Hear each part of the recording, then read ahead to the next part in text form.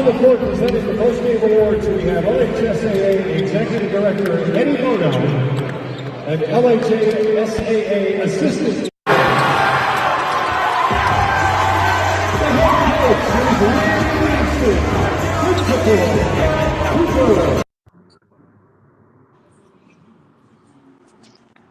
Fellas, y'all got me? Hello, everyone. We got you, Coach. We got you loud and clear. Everyone, welcome to the Hash It Out Show. I'm your host, JB, joined by my good friend, Mr. VK Jones. What's going on, VK? What's going on, people? Everybody on Facebook Live, YouTube Live. We appreciate you joining us on the Hash It Out Show. This is the Champions Week right here on the Hash It Out Show. We got two shows starting tonight, and on Wednesday we are going to have 4 big-time guests, and that has to do with champions. We're going to have 3 state championship basketball coaches, and we're also going to have a college basketball women's coach who has led their team in the state of Louisiana to a conference championship, and that's going to come up on Wednesday. We'll tell you more about it later. Jared, let's get our first guest on right now, and I guess it's 3 Ball Men on Campus Part 2. So let's get it going. We're going to have Coach Derrick Jones with us later tonight. But right now, we have a 2-time state champion winning coach. He also won 3 state titles as a player at Isidore Newman. We have Coach Randy Livingston. Coach, how you doing? I'm doing great, man. Thanks for having me on, man. It's a pleasure. Appreciate it. But, it don't stop, man. I've been in the gym since 8 o'clock this morning till 6. Yes, indeed, Coach. Coach, tell us, how does it feel to win your 2nd straight state championship? To be honest with you, man, it hadn't really sunk in all the way.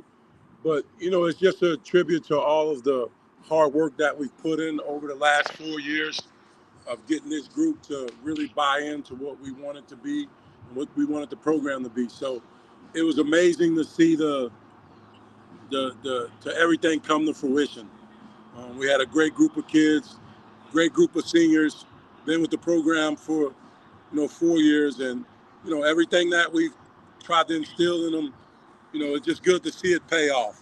Sometimes it doesn't pay off. 3 years ago it didn't pay off, and for the last 2 years, to finally get the payoff, it's rewarding for the kids, the future kids, the parents, all the administration, and it's just all the hard work that you put in pays off. It's a wonderful feeling. What made your team this year so special? Well, coach is only as good as your talent. We have some of the most talented players in the state, but we have a saying that hard work beats talent all the time. So unless you put it together and figure it out, which I thought we did this year, that's what made the group so special, is just because we knew we were talented. We knew we had a bullseye on our back the whole year from winning the previous year. But the guys, they stayed the course. They worked hard in the off season. They worked hard in the preseason, and they were a focused group like I've never seen. And so it was a special group. Coach, 4 straight years to the semifinals, 3 straight years in the championship.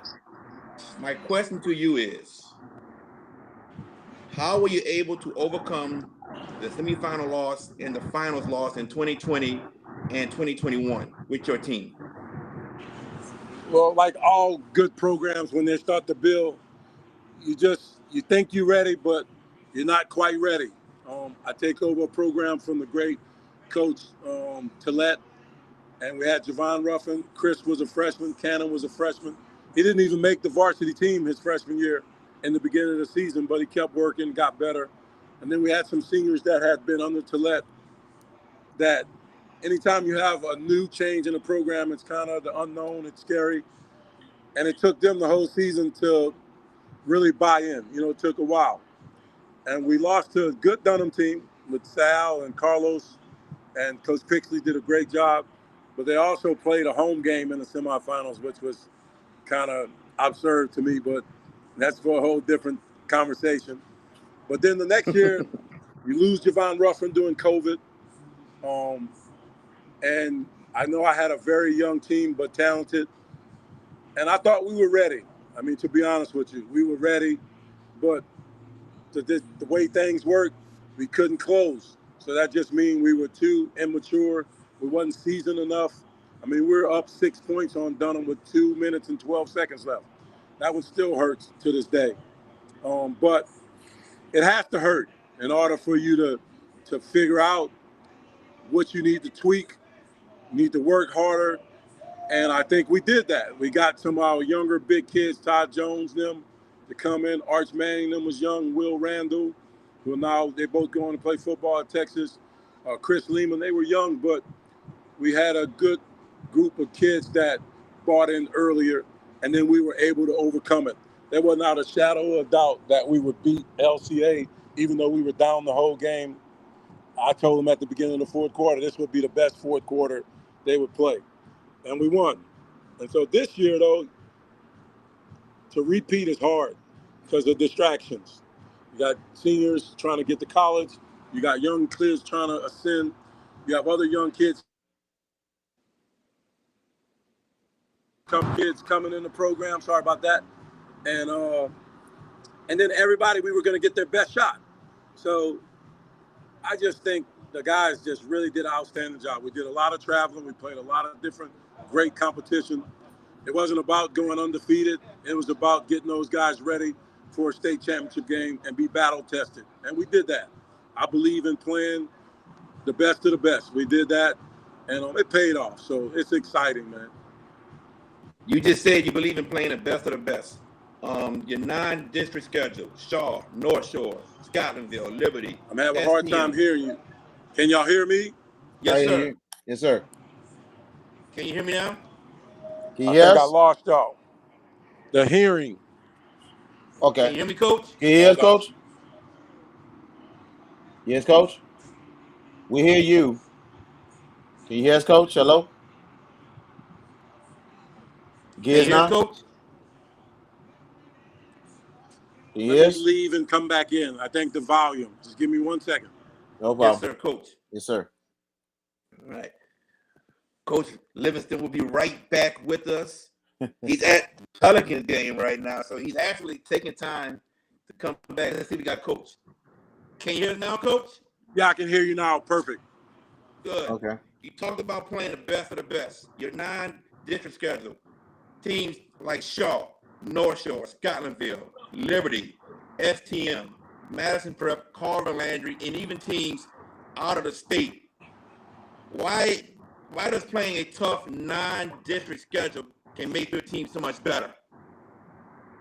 Well, I think because the styles, right? Styles make, when you play in the state tournament, you play against different styles.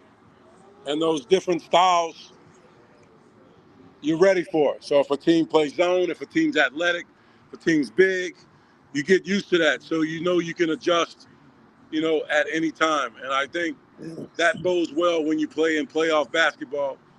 If you're surprised, you could lose. So our guys understood. No matter, we were prepared to play any style. We had a versatile team. I can play big, I can play small, and that's why you play those games. Go ahead, VK. Well, Coach, I tell you one thing, man. I could say you are the 5-time state champion, my friend. You know what I'm saying? That says a lot. Like Booker T said, the 5-time. You're definitely a 5-timer now more than anything else. What are you doing with those rings, man? I know that you got 5, man. Will you put it on your mantle or something like that, man? That's amazing. Yeah, man. For me now, like I'm at a point in my life, it's about legacy, right? It's about, what legacy you leave here on this earth. Use basketball as a tool. All of this stuff I'm doing now, man, it's for my kids to have. All my rings, I want them to, know that, their dad did something, not only just winning, but he used basketball as a vehicle to help kids, to help the community, to better family lives. I think that's important in today's world, and it gets lost because everybody nowadays think their kids is going to be a professional basketball player from the beginning. There's only 300 spots. So for me, with the rings, man, I got one for each one of my kids, man, and still going for more. And I just feel like when Wow. I'm done, they can have it, and they know that their daddy was a bad man. Well, with you, do you think that you are really indebted forever at Newman because you won 3 straight state championships as a player, now 2 as a coach, and you seem like you are a big time catalyst to the Newman program and also Isadora Newman School forever because that's amazing that you came as a player and dominated and did what you did to win those titles. But as a coach to resurrect the program, we knew that Coach Tillett did a great job with the program. No disrespect, but for you to come in to end a 29-year title drought to win the title and go back to back, do you think you're indebted at no? Is it a Newman now forever? No, man, it's home. I bleed green. For me, when I took over the job, I really did, put the first day I got the job, my office, I put believe, achieve in it. And I believe in that. If you can believe it, you can achieve it. My expectations were high the day I stepped on campus. To be honest with you, this will be the first time I say this. I want to win the most state championships as a coach in the history of Newman. Like that's where my sights was. If the great Ed Toohey, I mean Sean, yeah, Skeets Toohey, I'm sorry, he won a lot of championship. Coach Billy Fitzgerald won a lot of championship, and I owe a lot of my coaching philosophies to him. But I want to, if they won 6 or somebody has won 5, I want to win 10. Like that's my goal. I want to leave a legacy to where they understand that I set the bar high. I understand what expectations are all about, and I'm a hard worker. We got a great staff. We got a great group of kids. Got a great administration that understands that we want to do it at a high level, and but most importantly, not only on the court, but my basketball team overall had a 3.2 GPA, which I'm really really proud of.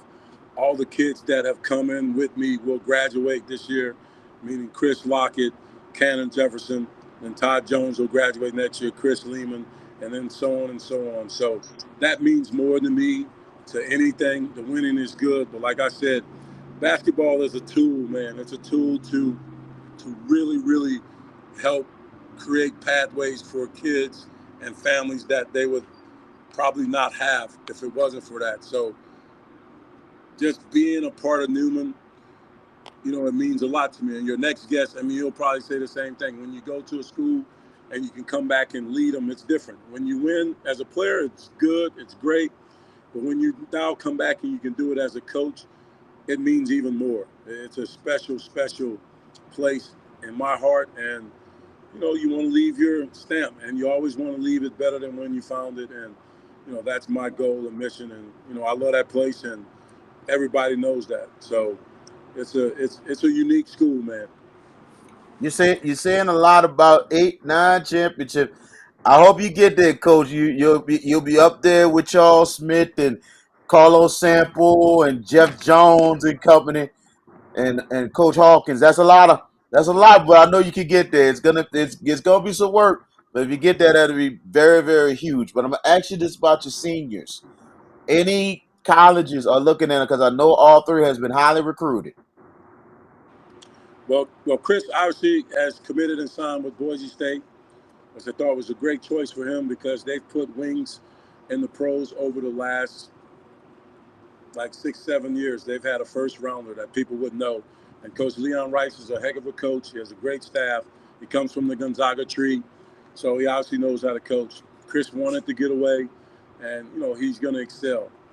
Cannon has teams looking at him: Tulane, Abilene Christian, um, Texas State. He has some schools that, obviously the transfer portal changes things. Um, And so, but we will get him something. He will end up in a good place that's good for him. And what about Todd Jones? Any offers to him? Todd's a junior, so he's Oh, he's got back one for more. another Yeah. year. And Okay. Todd's getting recruited by Power 5 schools all over the place. Auburn, Syracuse, Mississippi State, Tulane. Um, he's going to have a great summer this year in AAU, and those offers will keep coming in. Todd has an upside that, is second to none. He didn't play as well as I wanted him to play in the semis and finals, but he had an incredible season. But his upside is through the roof, and I expect him to have a great senior year next year, kind of stepping out of the shadows of Cannon and Chris. I think him and Chris Lehman is going to be something else next year in that front court. So it's going I to be have some looking. young players too that people might think losing Chris and Cannon will be down a little bit, but we built it the right way. The freshman class is great, sophomore class is great, junior class is great. So we have what it takes to have sustainable success, and I mean that in all fairness to all the schools around there. We have built a great program. Absolutely. I'm actually going to let Jared finish the interview off. What's your thoughts on the Southeast Louisiana doing well in the top 28? We went 3 for 3 yesterday. I mean, the last 2 days in the state championship with you guys, Carver and Ponchatoula taking home state titles. What are your thoughts about Southeast Louisiana coming up big? But also, what are your thoughts on our next guest, Derrick Jones, pulling off the big shocker as Catholic taking down Scotlandville? It doesn't surprise me because basketball in the city has been growing. I think, obviously you had Katrina, you had COVID, but I knew from the 22 class on it was going to be special, led by Solomon Washington. Then you have Chris and Cannon. And then now you have Ponchatoula. Alan Graves is a stud. I coached his brother at LSU. Nate does an incredible job. I just think you got a new wave of young coaches and young talent. And, basketball is coming back slowly to the city. It's a football state. But it cycles in basketball in Louisiana, especially in the New Orleans area. Baton Rouge has been great. Shreveport has players. But Lafayette has been magnificent, St. Thomas more success. But I think it cycles. But it didn't surprise me that those teams won. Ponchatoula is well coached by Coach Taylor. Like I said, Allen is a stud. Coach Nate, his big young fella played incredibly well, man. I mean, he dominated the game in all facets, especially on the defensive end. Jalen Hicks is a great player. I thought the key to this team, though, is Lawrence Nathan, Bam, we call him. Man, he didn't turn the ball over that much. He played great point guard play, and Keywan was great, so it didn't surprise me at all. As far as Derrick them pulling off the shocker, Derrick is a great coach. They had all the ingredients. If you look at the upset, Villanova, Georgetown, or any upset you look at, it's about matchups. I thought the big fella for Scotlandville is a handful for anybody, but Catholic High has shooting all over the place. So he had to guard somebody. And with them, if you just keep the game close and when it's at the end, he had to guard somebody. And Derrick did a great job. He scored his points, but I think he limited the other guy on the team. And so when you do that and you give yourself a chance to win, anything can happen, especially in the top 28 where refereeing plays such a vital role. You don't know which association you're getting. They call them tight. In the Carver-Madison prep game, they let them play. Big fella walled up all the time. Well, it's the same thing, Catholic in Scotlandville, it was refereed differently than they normally probably would see. And so that's why when I said that earlier, when you play so many styles, you can adjust if you have to. But if you never play different styles, it's hard to adjust at the top 28. Like Madison Prep played that zone. It was hard to adjust in 2 days. It's just hard. You are who you are. And so I'm happy for Derrick.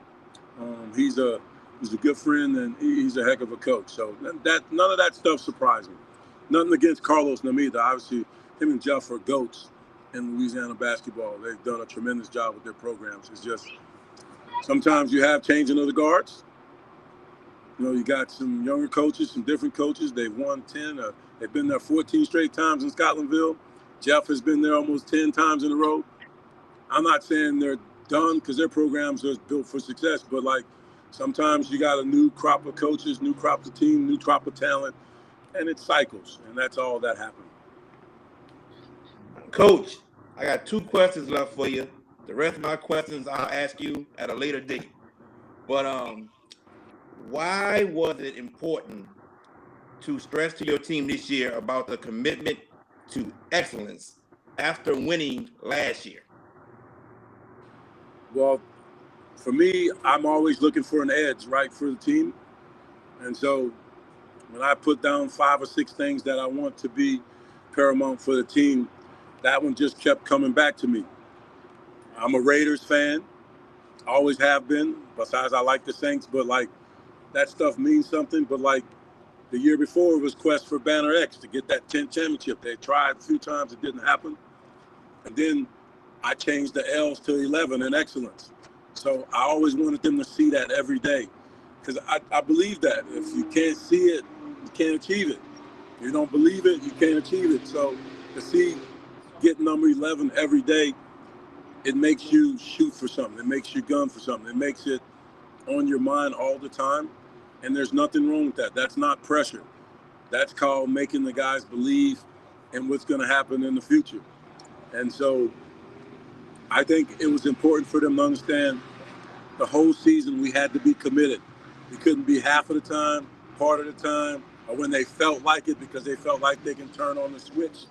No, we had to be committed to being very, very excellent the whole time. And we didn't let up the whole season. The winter sports is long, man. We're the only sport that goes from Thanksgiving, Christmas, and from New Orleans school, you deal with Mardi Gras. So it's a long season, so you have to be committed. Last question. I read that you wanted to bring Newman boys basketball back to the glory days of when you played. Is it safe to say that Newman boys basketball is back to its glory days? I mean, I'm a confident guy. Man, the day I took over the job, I knew we were going to be back. We have great kids. We have great players. We have great leadership in the athletic director, Patrick Summerall. We have great leadership in the head of school, and Dell Smith. I think somebody called his phone again. And so we really, really, really believed we were going to do well. And from the time I took over the program, the expectations was always to compete at the highest level, whether it was Division 1, 2, 3, 4A, 5A. It didn't matter. I wanted to get the guys ready to be the best in the state. And I think when the Max Preps rankings come out Monday or Tuesday, I think we have a pretty good shot to be the best team regardless of class. And I truly believe that. And the boys worked for it, and they earned it. Coach Randy Livingston, congratulations on another state championship. Thank you for joining us on the show, and we would love to have you back in the future. And Coach, I'm gonna say this before you leave, man. To anybody, keep talking about certain players in the past. Come back in to finish it off with you guys. Hold on. All right. You couldn't hear us right quick. You're gonna come right back. Wanted to tell us something right quick before I get mine. All right, Coach. I wanted to tell you this before you get out of here. To all the people out there and everything who keeps telling about these certain players in the past that played high school basketball, whatever, all I'm gonna tell you, you need to go find film on this man right here. You need to go find film on this man. All the names in the past we're talking and everything else. People forgetting about the days of this man, Kerry Kittles, and all these other great players from that time. That was one of the best times of basketball we have ever seen. If anybody's watching, anybody who knows me, please go look up Randy Livingston's highlights. It just shows you how good that this man was. And I'm telling you, he was killer when he was a player. And right now, as a coach, it's amazing how much you made the transition to where you are now, Coach. So congratulations to you. No, I appreciate that, man. And I want to give my boy a shout out. That was the golden era of basketball. Dwayne Spencer was a killer too. Rashard Allen, man, we had them. Mhm. The city was rocking then, and that's my job right now is to get these players to be the very best they could be. My Absolutely. my dad talked about Randy Livingston all the time, and he always says to this day, he says Jason Kidd couldn't touch Randy Livingston when he was healthy. Said it all the time from my dad. And then people don't remember, and I tell people all the time, go look up, and I don't know if it was Vanderbilt Catholic or I forgot who it was, Randy, you played against at It was Nichols. Vanderbilt Catholic. That's it. Vanderbilt Catholic at Nichols. When I I got that game say on my Facebook page. they all right, please go back and look at that. When I say probably the best game I've ever seen him play, I didn't see it in person, but I seen the highlights. I was like, oh Lord. Just stop. And Vanderbilt Catholic was so deep that year. Man, but coach, man, you was the man that time, bro. I gotta be straight up with you. But at that time in the 90s, yeah, that was some great basketball. Appreciate that, man. And I'll get up with y'all guys anytime. Just let me know when y'all want me to come back on. Yes, Yes, sir. sir, Thank coach. you so Thank much. you, coach. Enjoy it. Okay, appreciate it. Right. Coach Randy Livingston of the back-to-back state champions Isidore Newman Greenies. He has turned his program around, and he's only been the varsity coach for 4 years. And Four straight trips to the semifinals, 3 straight trips to the finals, 2 titles won. What are your thoughts? it's amazing with Rand. I had a feeling when he got hired, and no disrespect to Jimmy Tillett, he done a great job at Newman for years. He just couldn't get over that hump to get Newman to the semifinals. He had some certain teams. I remember maybe 3 years before Randy took over. Tillett probably had the best team he's ever had in Newman. And they underachieved. And I think they lost they lost a close one in the quarters at home. So it was just like, man, I don't know when Newman's gonna get over the hump or not or whatever, because he's done some yeoman's work to try to get him there. But then all of a sudden, when he retired, and then all of a sudden Randy steps in, and I didn't know Randy got there till his last year, and he was working the eighth grade program, freshman program. Right, That's when I first right. met him. Then all of a sudden he moved up. I found out till that retired, and he moved up, and that's like, this might be interesting. He comes in, he turns that thing around that quick. Year one, they get over the hump, they're in the top 28. So that just tells right then and there, I'm like, eventually they're gonna get over another hump, winning the title. And it took a while, but he got it done in year three. I thought he would get it done in year two because they had that ball game against Dunham. They had them, and they You slipped said it, up. down by 6 with 2 something Down, left. yeah, I remember that Up game. by They six. they Sorry, they up by 6. up by 6. They slipped up, so they learned from that time. Even against Lafayette Christian, it was a battle. They was a better team against Lafayette Christian, but Lafayette Christian, I give them a lot of credit. They said, we not gonna give this to you. You better come take this because we not giving it to you. And Lafayette Christian battled them to the end. And Newman, and sometimes when you had to get over humps, you gotta earn it. And they had to work the you know what's off and got it done. Cannon Jefferson took over that game, most outstanding player. And then this year, it started slow, but when Newman got it together, the scoring and everything, Chris Lockett, and then Cannon comes along late in the second half, gets on fire and stuff. And it's definitely right by the state and by Newman to award Lockett as most outstanding player. It's right with the world. It's right with Newman. The two guys that came in together, grew up together, and now they leave the school. Two-time state champions and a most outstanding player for each. And that's unbelievable for those two players, Cannon Jefferson and for Chris Lockett. You could say probably the second biggest winning class the second winningest senior class in the history of Newman outside of Randy Livingston himself, who won 3 straight state championships. But that's big for the kids. Newman is going to be back. Lehman and Ty Jones is going to be huge factors. Be on the lookout for Sebastian Thrower. Be on the lookout for him. He's nice. He can dribble, he can penetrate, and he can shoot. So they got some good boys on that bench. So watch for Newman once again next season. And possibly they might take it up another notch next year and be a little bit better than this team. Possibly.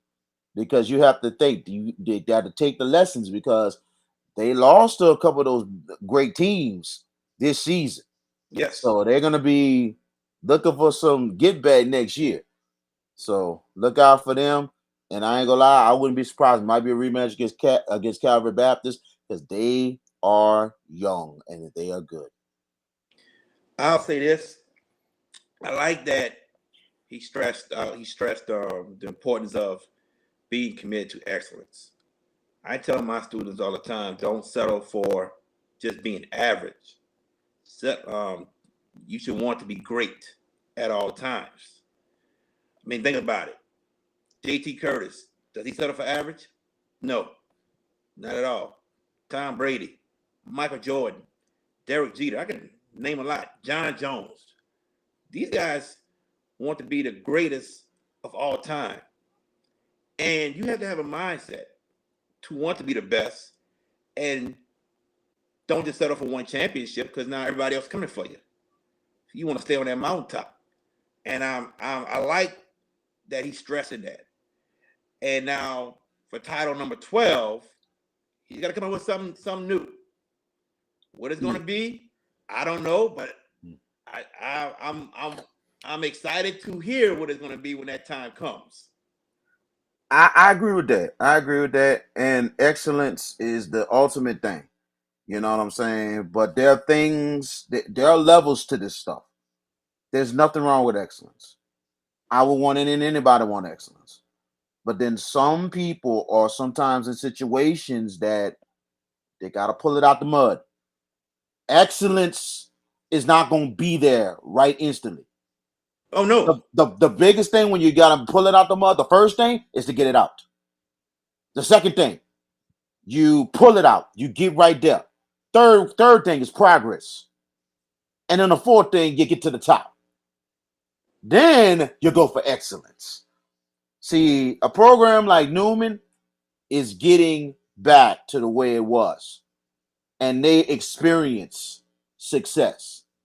Program like Catholic has experienced success in all sports, but for the first time ever, winning a basketball title. So it took them a long time to do it, but they got there. Carver winning their third straight. Well, not first straight, but third title.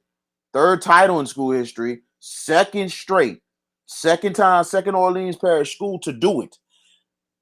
A school like Carver and knowing Coach Roche, it has to take levels because there are programs that are sometimes are freaking stuck.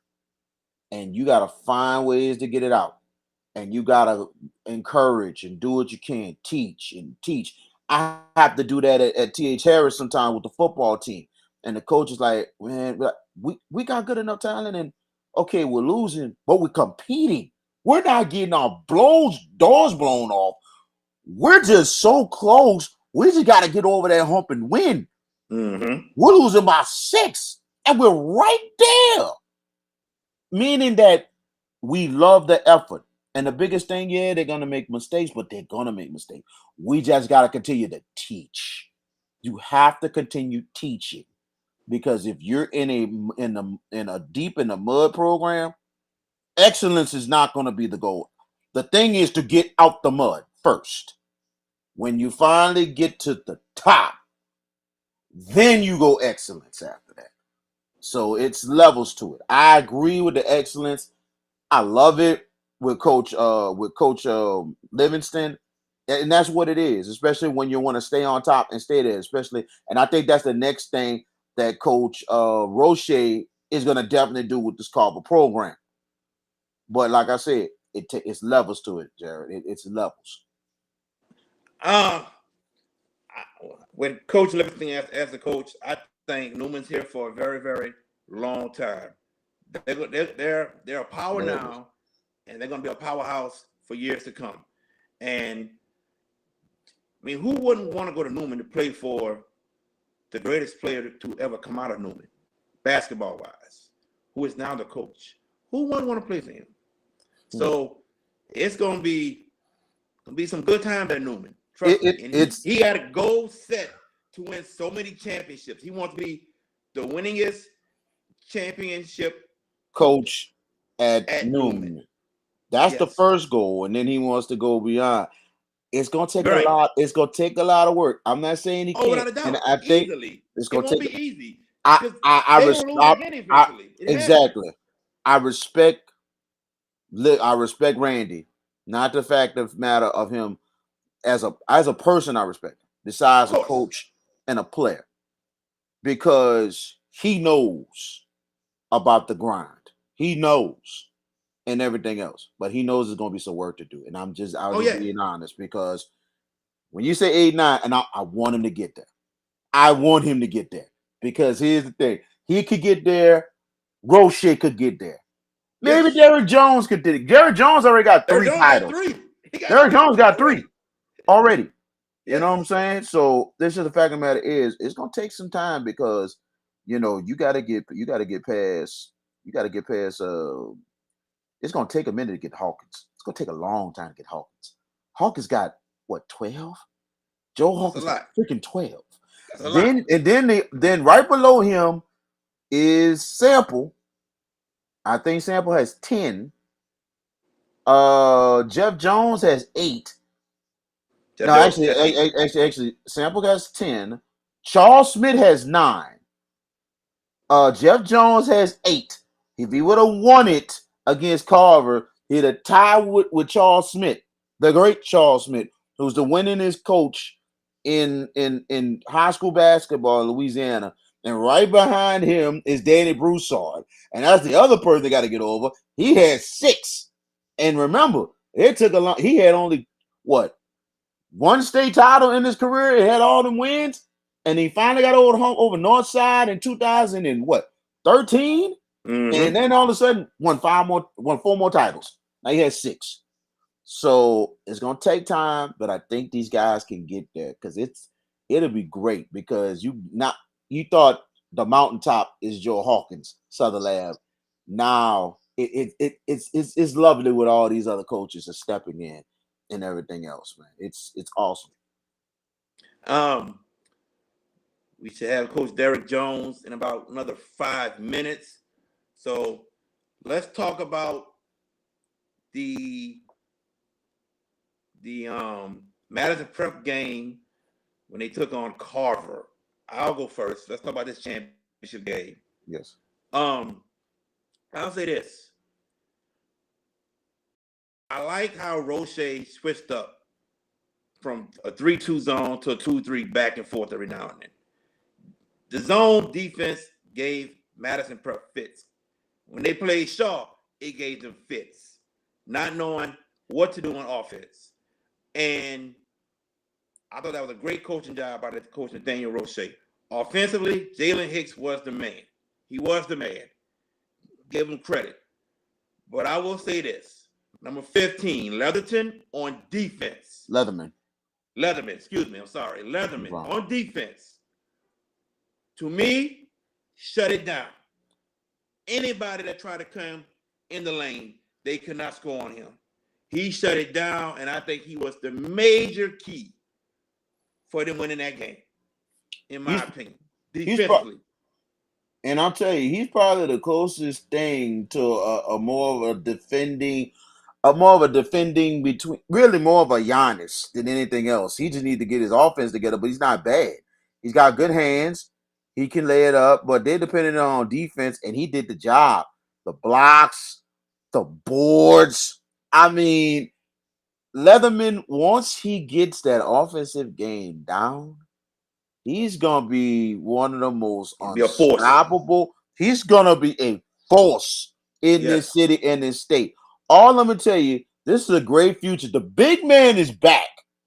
You can say the big man is back down here in the state of Louisiana, because you have to look at Dorian Booker, the progress he made this year for the last couple years, especially this year for Scotlandville, signing UNO. You got Dejon Leatherman, who is 6'8.5", and I mean just a sophomore, dominated in the semis.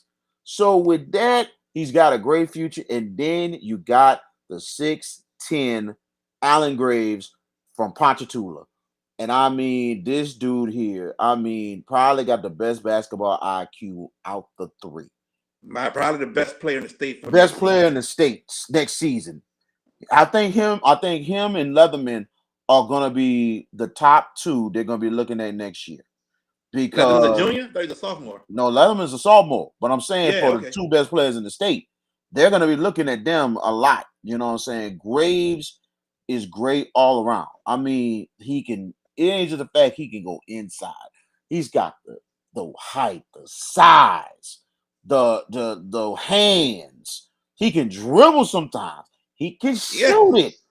I mean, he's ridiculous. He's great all around, and he's disciplined. He's very disciplined, humble. He looked like a leader on the floor.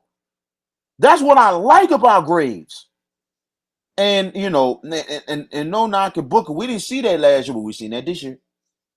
Booker became that leader and was like, hey, we're going to do this. Give me the ball. Hey, we need you to – you just got to love it. And I hope Leatherman, he's very mature beyond his age. And that's the thing I noticed about him too. I hope he matures more into a leader next season. If he does and he start to have more of that dog in him, look out. Look out. Leatherman. This is the thing I'm hoping for next season. What you hoping for? This is the thing I'm hoping for. I hope Coach Roche and Coach Taylor over at Ponchatoula, I hope they play each other next year. That'd be I don't great. care if it's a regular season or a tournament. I will go out there and watch that. That would be an absolute war between those two tyrants. I know that Graves is probably going to be a little bit bigger, a little taller. But Leatherman is not going to be intimidated. And if Leatherman grows a little more, oh my God. We're going to have a big man battle of epic proportions that we ain't never seen since the 90s. We have never seen that since the 90s. And there was some big men in the 90s. So it's going to be interesting. Let me say this. Let's get back to Madison Prep real quick. We went to Graves. That's all. No, Leatherman part of it, yes. All right.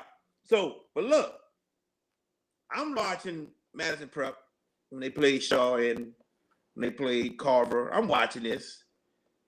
Madison Prep couldn't hit a jumper at all. And I'm sitting here like, is this a team that couldn't shoot the whole year? So talking to some people, they're like, yeah, Madison Prep can shoot the ball. Well, it's the worst time for Madison Prep to not be able to make any jumpers happen at this tournament, the March Madness tournament in Lake Charles. If Shaw would have made a few more shots, Shaw would have beat Madison Prep. And Madison Prep not be able to shoot the ball at all in the championship against Carver, that hurt also. Big time. I mean, their two best players couldn't make shots.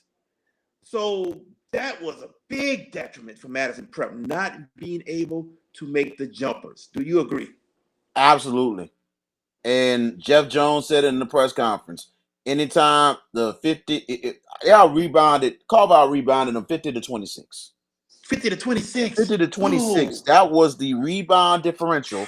Then on top of that, two of the best players was hurt. Now, two of the best players not hurt. I'm sorry. Two of the best players had an off game. Yeah. And the biggest thing that he said, if you get if the rebound differential 1, 2, my two guys are off. 3, we have not shot that bad all year. He said Carver deserved to win that championship. if Oh, all yeah. these factors happened. So he said when all this happened, they deserved it. Carver, he give all the credit to Carver. They deserve to win that title. So All right. that's unbelievable and that's big right there. So it's Oh, a yeah. great defensive performance by Carver overall, period. This reminds you of some surprising performances, and I can name two off the bat on this one. One was Country Day Arcadia in 2011, 2012, when they played in Hammond in the semifinals, and Country Day could not beat Acadia to save their life. It was a good game. Game went to overtime, and Country Day just played almost like Georgetown and Villanova. Perfect game, controlled to their pace, made big plays in overtime, and got the win. The other game I can refer to last season, Hannon and Liberty. Nobody thought, we thought the game was going to be close, maybe go come down the wire or Liberty pull away. Nobody thought Hannon would have the perfect game like they had and shot 89% in the first half and shot 87% in the second half in a 19-point victory. And the biggest lead was like 27. Like, oh God, like it's just a shocker right then and there. But for the performance of Carver with the defense and everything, it looked like O'Perry Walker and Salmon those 2 years they played each other in top 28, and Salmon held O'Perry Walker 20%, and Salmon won, and O'Perry Walker held Salmon 20-some percent, and they won. It's crazy, man. But I noticed a lot about the low scoring games. The low scoring games really gave a lot of teams chances to Oh, without a win doubt. or at least Without a have a doubt. shot. Without a doubt. Let's move to Ponchatoula versus New Iberia Senior High right quick while we wait for Coach Jones to join us. VK, I'm sorry, but Ponchatoula was just the better team overall, period. Just the better team. Had the best player in Graves. Number 12, 3-point specialist, lights out, ball movement to its finest, and defensively played a great game. You saw New Iberia get frustrated at times during the game, but I really don't think there was much New Iberia could do against this Ponchatoula team. New Iberia went on a run at the end of the first quarter that gave them the lead going into the second quarter, but that was it. Ponchatoula to me was just too much, too much. And I also think New Iberia didn't show enough urgency as the game was ending, like towards the middle of the third, towards the fourth. Not enough urgency at all to try to get back in the game. I put that on coaching, not faulting the coach because I don't think they would have won. But I think you got to get your team to show urgency when you're down. They got to get up the court fast. You got to try to get a shot up fast. And we didn't see none of that pretty much. But overall, Ponchatoula to me, I don't know about that. I disagree because a lot of times I disagree because a lot of times in that third or that fourth, you see New Iberia launching shots. My thing was, how long it took? How long it no, took no, to no, no, launch no, a no, shot? no, no, no, How no, long it no, took? no, no, no, Yes. Jared, Yes. hold up, Go ahead. hold on, Jared. I'm ready to finish. Go ahead. Let me finish. Go There ahead. was some, I'm gonna say this. There was some points that they did take long, but there were a lot of times they did start launching shots quickly. They did because the fact of the matter is they see the deficit was getting bigger, and they had to do something about it. I can't put that on the coaches. I'm not gonna say that the urgency was not there. I gotta say this. Ponchatoula posed their will on New Iberia. I And agree on that aspect. all the That energy New aspect. Iberia had earlier, especially being aggressive, getting on them. New Iberia New Iberia do what they can to be tough, slow them down, do their running, which they did. But then also when Ponchatoula settled down, Ponchatoula put their weight on them and started wearing them out. New Iberia was tired and worn out. That's what happened. They didn't have the energy no more. They basically did something Carver did against Madison Prep times 10. just knocked them out so bad that people can't hardly get up and can't hardly walk. We've been seeing that all week in the top 28. Teams with a little bit of weight, little bit of height and size, and start to wear a team down, it's trouble. The difference with Madison Prayer Carver, you're talking about the zone with Shaw. Look how bigger Carver was. Jalen Hicks, 6'3 and a half, 6'4. Kenyon White, 6'2 and a half. Does Shaw have those kind of guys? No, the tallest guy is 6'2. When you have different size. Oh, Chris Capella is actually 6'5". That's your tallest player. Yes. That's it. There Your you go. tallest player is 6'5. That's it. That's it. You got Shaw don't have 6'3 and a a lot half, of height. They did. 6'3. You know, it's a lot of height around Carver and a lot of power, a lot of athleticism. Same thing for Ponchatoula. You got a good bit of athleticism. You got some height. And then also the X factor besides Graves, Trey Parham hitting 4 threes in the ball game. That was the biggest difference besides Graves. Because when he knocked them shots down, I was like, oh boy, this is trouble now for New Iberia. Now the shooters are getting hot. They hit about 6 threes.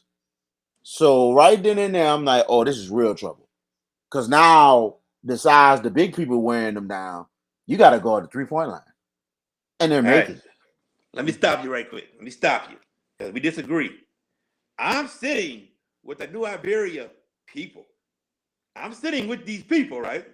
Just Of me. course. I'm just having me there. They can't sit by me because, But anyway, bruh, I'm talking to a nice man right in front of me. And we talking the whole time. And I'm like, I said, dude, where's the urgency at? Like, literally. And it's like, when I said that, people around me start yelling, get the ball out of court, shoot the ball, shoot the ball, shoot the ball. And I'm sitting there like, yeah, like literally, shoot the ball. And there were times they open for a 3 and they holding the ball and you need the shot to get back in the game and you're wasting time. I'm sitting there like, where's the urgency? Oh my God. And then, hold on, wait. I seen that. Now I seen a little bit of that too. I kind of did see that too. I did. All right. Now, they said they did this for the first time the whole game. 2 things they did. He said they really never pressed at all the whole year. And in the third quarter, I was saying, y'all got to start pressing because y'all got to try to force turnovers or something. And then, late in the game, I don't know if you ever noticed it, for a free throw shot that they were shooting, they lined their people in the boxes. This man said to me, every time they had to shoot a free throw, especially while winning, they never lined up in the box. They gave the rebounds away. Now, who does this? That's coaching, bruh. That's coaching, bruh. Well, I got to look at the game again. I'm trying to concentrate on my story and everything. So, we knew the game. I feel you. But if you say what you said is true, and we're not seeing a lot of New Iberia players on the line, I could see if he's 100% free throw shooter, 89, 90%, and it's like, okay, he's got this or whatever. But at the same time, like, you're down. You can't lead them. If you had a lead, I see that, but you're down. You're down. Just stay right now. Well, I don't know what's worse, that or one of the Carver fans keep tweeting the whistle every time Carver shoot free throws. Tweeting or whistling. No. We are not skipping the discussion about your high school, Tiffany. No, indeed not. We are a sports show. We talk about high school, everything. And your school got to the championship and they lost. They got beat bad. And, I'm not going to get to the extracurricular stuff that we saw. We're going to leave that out. But no disrespect, Tiffany. No disrespect to New Iberia. I'm going to say this. New Iberia proved us wrong. New Iberia got us the championship game. Yes. And basically, to me, should have been knocked out the playoffs in the second round and lucked up because the fact of the matter is that East Ascension had the East worst Ascension. freaking defense I've ever seen in my life on last play. How many What seconds? was that? Like 6 seconds left? 6 seconds, and Randall, Dwayne Randall goes right down coast to coast, dunk for the win. Like, why somebody can get in the front, take a charge, or attempt to block the shot? I don't get that at all. One bit. And then all of a sudden, it had to take them to have a big fourth quarter to lose a bet. So, hey, Iberia proved us wrong, Tiffany. So be happy. Be happy. You got there. I remember the days New Iberia went against St. Augustine in the semis, and you get your tail kicked in. Come on, be happy you already got to the title game. I'm like this. New Iberia's got a great future. They got a great future, young team. I wouldn't be surprised they'll be back next season in the title hunt. They got a young squad. So, Tiffany, They're coming back. They're coming back. So, Tiffany, take the L, please. Please take the L. Just take it. It's okay. It's all right. We know. We know. You can cry on Jared's shoulder. It's all right. It's all right. It's all right. It's all right. I can't talk no noise. I can't say nothing. You know what I'm saying? Shoot, mama, like we had 2 guys that had run cry to her husband.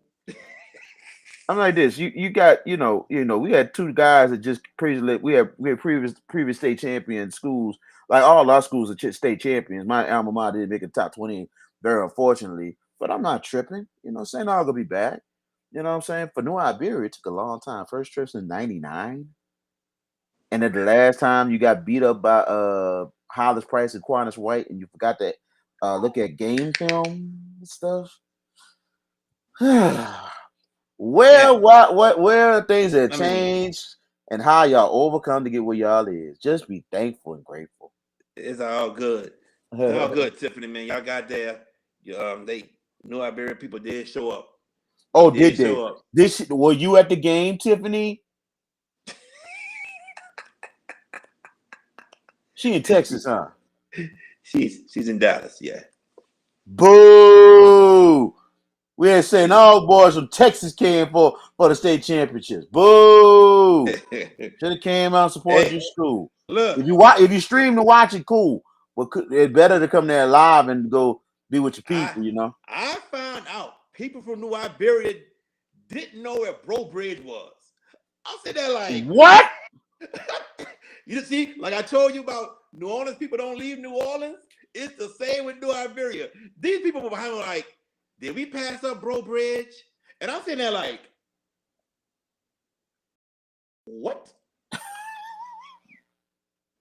You just gotta go Highway 90 west to I-10. You don't pass up Bro Bridge. Oh my goodness. Bro Bridge, St. Martinville, Lafayette. Say Broussard in there too by St. Martinville. Broussard's in there too. Yeah. But I was like, what? But let's that's amazing. But let's just leave that alone because you know why we need to leave that alone. Let's give a big shout out to all the teams of Highway 90. We have never seen this. This is a precedent for the first time ever. We didn't have area schools from North Louisiana, from Acadiana, from Southeast Louisiana, Central Louisiana, Lake Charles over the years, multiple teams being in the top 28.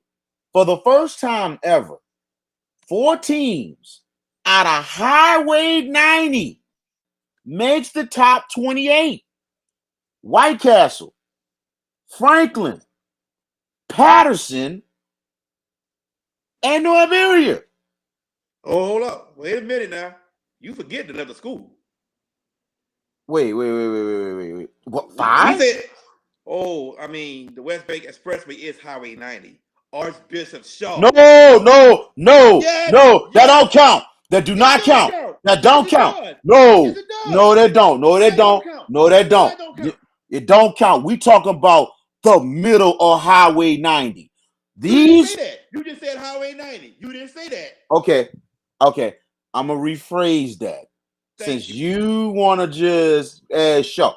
Shaw is not included. That Shaw is part. You said Highway 90, listen. bro. No. Shaw is part of the southeastern Louisiana part of the state. We're talking. I'm gonna rephrase that. Yes, re-clarify your statement, please. Yes. Stop being an idiot. I'm not being an idiot. Man, You said Highway 90. I was like, oh, he about to the middle of Highway 90. The middle. Here we St. go. Mary's Parish. The Yes. St. Mary's Parish section, the middle of Highway 90. All right. When you pass up Morgan City and you go through and you get to Patterson. Yep. Franklin. That's right. White Castle. Uh-huh. And New Iberia. Uh-huh. First time ever that these four in the area where they're at least 15 minutes from each other, 15, 20 minutes. And they make the top 20. I'm going to say this. New Iberia is the furthest one. They it is. Almost at the end of Highway 90. That's what I'm saying. That's the last one. But it's on the way. That's the last one down because you got. It is on the way. Yes, exactly. I agree with you on that. You got, because at first you get to, I believe it's Patterson. No, first I think it's White Castle. Then Patterson. Franklin. It's amazing that when Franklin and White Castle played, they did not play in the regular season. They hardly ever played. So I told the coach from Franklin, I think y'all need to play regular season because that will be big for y'all communities. Technically, what? Wait! You didn't go to Iberia? What school you went to again? What school you went to, Tiffany? Yeah, state your school. She might have went to that private. Senior high. She might have went to that. She might have went to that private school. She might have went to Catholic New Iberia. That's what I think. Hey, maybe so. She might have went to maybe Catholic. So. I don't know. State your school. Yeah, state your school, man. Because I'm still waiting on Derrick Jones to join us. I get what you're saying. I definitely get what you're saying. That's the home team, but come on, huh? Like yeah. She ain't about to say it. She ain't about to tell us. She gonna say it. Mm-hmm. She gonna say it. Nah. Waiting on Coach Derrick Jones to join us, ladies and gentlemen. Trying to see where he is. I know he said he was with it, and contacted me earlier, so trying to see where he is. I hope he ain't at the Pelicans game either. I'm just saying, because I'm saying that because of the fact that I get it, and I was dead right. I said I bet you it was last minute, especially on a Sunday afternoon. Coach Liv said last minute. Yes. Hey, got some tickets for you, man. Right on the court. It never fails. It never fails. Always get ticket to events. Like I bet you anybody might call you and offer you a ticket to the Beyonce concert. I ain't gonna see Beyonce. A free ticket, you pass it up, even if it's a nice young lady. You go pass? Yeah. Tiffany, answer the question. What high school did you go to? Don't try to skip the question. What high school did you go to? What high school you went to? Yes, that's all we want to know. What high school? Yeah. I mean, man. Because I'm saying you're a big fan of the school. You're a big fan of the school because that's your hometown school and all. That's cool, but you still got to take that loss. You from there. And that's what it is. You know what I'm saying? Like I had to take many L's. Gerald had to take many L's. I had to take L's from freaking Hornville. Exactly. Freaking Hornville, man. Your adopted home. Yeah. Oh God. Tiffany, God. Still are not answering the question. I told you she ain't gonna answer that question. Why are you not answering the question, Tiffany?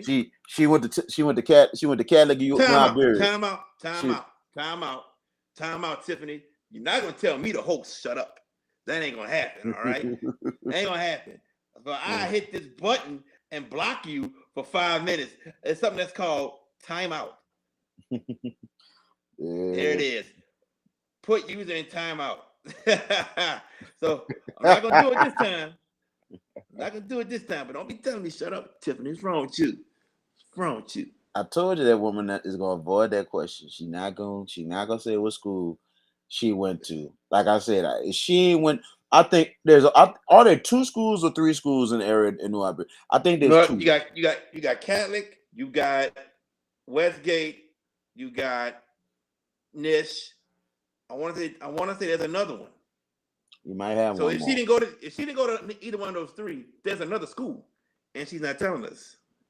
Yeah. Oh, that's why she said thank you to me. She ain't saying.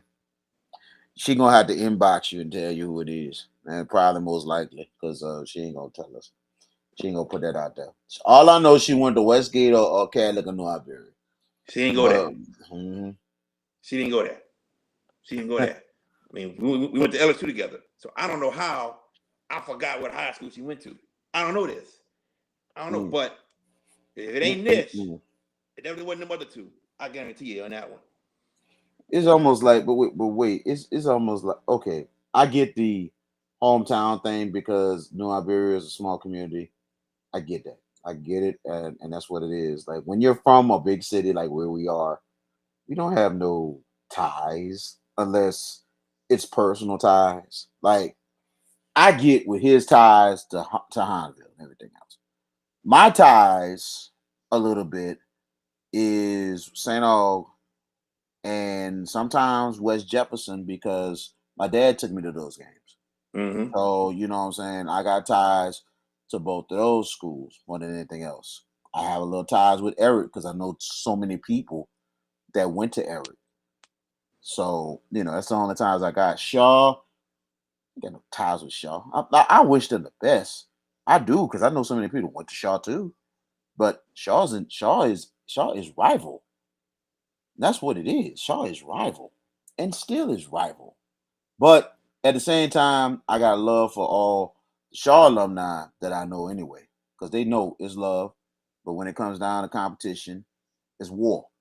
When it's over, we shake hands at the end of the day. We don't pull out guns like other places. Right. No, and I'm not gonna say in particular places Don't say anything. because I'm gonna put a shot to somebody on Wednesday night because I'm gonna tell you about that Jared off air, but somebody on Twitter try to pick a little something trying to mess with a certain fan base, and me and the guy from from ABC 26 kind of was him and Lamar Gafford. We seen that tweet and we was like, why are you doing this? Is you stupid? And a certain coach kind of gave him a response. And I'm gonna kind of ask that guest Wednesday about it because I got a shot for that dude on Twitter because I'm like, bruh, you got to be stupid. Trust me, you got to be freaking stupid.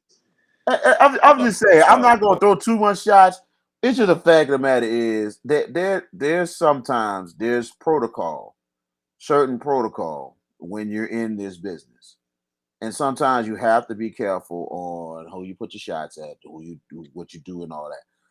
A lot of times you have to do research. A lot of times you have to do, even when you're outsider. When you're an outsider, you have to. There it is. I do it. I do it. Oh, I knew it. It wasn't that school. It was the other school. I know exactly what she went to.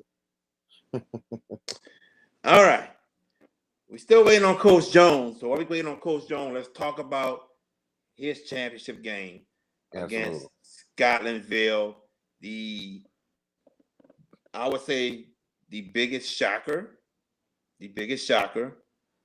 Next to Madison Prep, but I thought Carver would beat Madison Prep. But that being said, it was a game of runs. Scotlandville led for most of the game. That they did. But Catholic was down by 7 in the third quarter and made another run. Was able to tie the game and then took the lead. And that's when coaching strategies became a must on both ends. Coach Jones, the coach of Baton Rouge Catholic, said we're going to hold the ball and we're going to make Dorian Booker, the 6'10", 6'9" center from Scotlandville, come out and guard. And the goal was if they can blow back past him, it would get easy layups, and it was working. It worked to where Coach Sample, the coach for Scotlandville, had to play small ball and sub out Dorian Booker. And Scotlandville had a chance to tie it back up with Booker in the game, and the ball did not get to Booker. Why? I don't know. I ought to make sure that ball got to him some type of way. It didn't happen. Baton Rouge Catholic gets the ball, gets fouled, makes one free throw, and Scotlandville goes down the court, heaves it up for three, misses. Baton Rouge Catholic are your state champs. Your thoughts, VK? What an amazing game! What an amazing Yes, game great it game. was. And I tell you, I thought Scotlandville was the better team. I thought it was going to get it done, but at the same time, I knew Catholic was going to give them a ball game. I really knew this game probably will go down to the wire because the way they looked on Wednesday against St. Thomas More, and that was a good ball game, good pace and everything. Yeah. Both teams moving the ball, and especially with Coach Broussard, I was really surprised how they was moving and grooving the ball, motion offense, running, all that stuff. I'm not gonna block you, Tiffany. Stop that. Oh, Oh my gosh. You yes. are one of the biggest supporters of our show. So no, it's not gonna happen. We like to thank all our supporters of our show. Thank you. Yeah, but besides that, you look at what I was saying again. I say I'm getting old. He was on STM and STM, yeah, Coach STM, Broussard. STM, and Coach Broussard, Danny Broussard, great coach, done a great job moving and grooving, not just motion offense, running and gunning a bit too.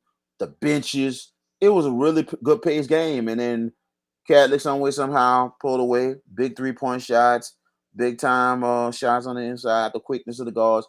I was thinking that they're gonna have something for Scotlandville that Saturday. They're gonna have something for Scotlandville. You know, I thought Scotlandville would win, but more of a close game, and it was. And somebody that we know personally, he thought no shot, but he was wrong. So, and BK was right. But besides all that, I mean, Catholic, their guard play was tremendous. Dennis Herbert and Nico Jones, the way they penetrated, and then the bench and the other players. I mean, everybody stepped up. It was a great team effort. I think the strategy was unbelievable. Coach Jones making sure all the guards are spread out and making sure that Dorian Booker was outside the rim itself. And it opened a lot of things up for Catholic. I really thought it should have been an adjustment for Coach Sample. I really think it should have been an adjustment because no way in the world Dorian Booker should have been out there in the first place. I think Dorian Booker should have, some way, somehow, I don't care what defense you run, Dorian Booker got to stay in the middle. Unless he comes out or bump fake, whatever and they made some shots over him. Big time credit to Catholic. They made some shots over him. So that's huge. But even with that, he's got to be the rim protector. I would live, breathe, and die for Dorian Booker to be the rim protector for the rest of the game instead of him going out there guarding. Because eventually he's going to get really, really tired, or not just that, one move and they're going to the goal. You know, Could have took him off for 22 then. Take him off for 22. Yeah, take him off, let him go in the middle, set up something, 1-4-1, something. Just don't let them. I mean, look, they couldn't go to zone. They couldn't, because then they would have held the ball with the lead. Mm-hmm. They couldn't go to a zone, so they had to be a man. Put him on another man. Right. Plain and simple. Yeah, got to put on a man, and that's why Catholic continue to play it small, just to know that we're gonna keep it spread. We're gonna spread it out. It's amazing what Coach Jones did. But regardless of the fact, I think Dorian Booker should have stayed in the middle, regardless of what defense there are, because eventually somebody's gonna miss shots or whatever. But he's the rim protector. When you take him away from the rim, that opens up a lot more than it is. So big time credit going to Catholic, first state title in school history in basketball. But this is the one school that has the most state titles in all sports Combined. combined. Look it up. I tell you, I think they are the leaders in all championship because I think winning the basketball championship makes that school that school alone, Catholic of Baton Rouge, 108 state titles in all sports, and they get 108 in basketball for the first time. Dorian Booker, 31 points. The team had 54.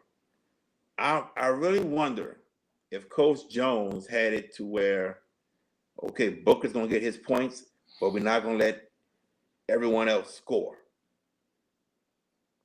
And that was a key too. Mm-hmm. That was a big key because I said it myself. I said the one strategy is get Booker out of there, get him in foul trouble, and then see how the rest of the supporting cast does. But they did the opposite. Let him get what he can get. And Booker, the whole time, all he had was 2 fouls. And he played the majority of the game. So it's just the fact of the matter is that T-Set didn't have a good game. Drury didn't have a good game. And that's their best shooter. And Hubbard had an off game too. So that was big in itself for Schuylerville as a supporting cast did not put up anything to help out Booker to try to get another title. But hey, Catholic of Baton Rouge and the Battle of Baton Rouge. And both of those, this is the third time they played. The first 2 games were pretty close. 10 points really and then 6-point victories for Scotlandville. And then Baton Rouge Catholic with a 3-point victory with the win. And man, just amazing. If you would have told me that Madison Prep and Scotlandville would both lose on the same day, I wouldn't believe it. I think I think that is a absolute first. An absolute first that they lost in one day. That's unbelievable. In one day that both these teams lose. And here's the thing. You look at what happened with Port Allen, they pulled away late in the second half, and they got it done against a very good Winfield squad that had some size and almost wore them down, but they got it done winning their 4th straight title. So you look at that for a minute, Baton Rouge might have had maybe just one possibly state title won on Saturday. It almost went to that. But credit Carver Catholic. It's just amazing that these 2 great schools, in one day, lose. And then you just got 2 Baton Rouge champions the whole weekend. And then all of a sudden, Southeast Louisiana, 3 for 3. What a weekend. Regardless of the fact, had at least 6 in the semis, but 3 go home state titles. That's great, amazing week. This is, you can say this is regardless of how many teams that won a state title, I think that's a big comeback for Southeast Louisiana. Big time after what happened last season. I agree with you. I totally agree. Port Allen, it's a very good team. Winfield, I think Winfield brought the whole city. They did.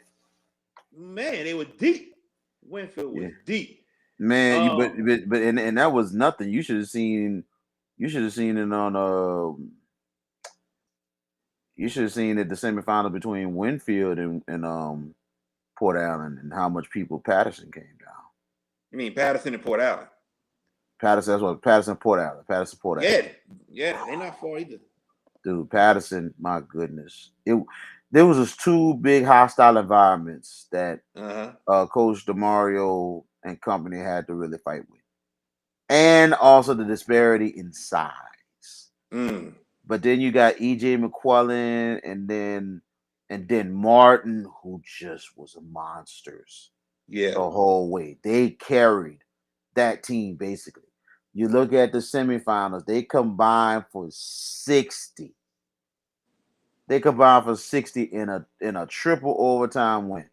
and then they come up big again in the championship. So and Coach DeMario has still a good bit of players coming back. They're gonna try and win 5. It might happen. It might happen. And I think, and I didn't mean to disrespect the man, and soon we're gonna have him on the show. We're gonna give him his just due and his flowers because I actually called that Port Allen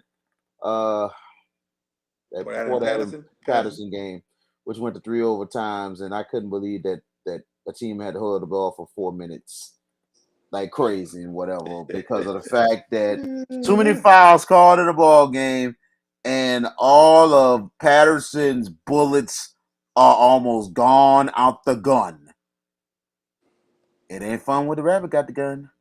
So it's with that being said, it's just the fact that for Port Allen to survive that, and including the size for both teams. You see Winfield with that guard, kind of like 6'2", 6'2.5" point guard, about 250, putting his weight in there. And then all of a sudden you got Patterson with a couple 6'3", 6'4" dudes, 260, 270, just putting their weight and everything on these guys.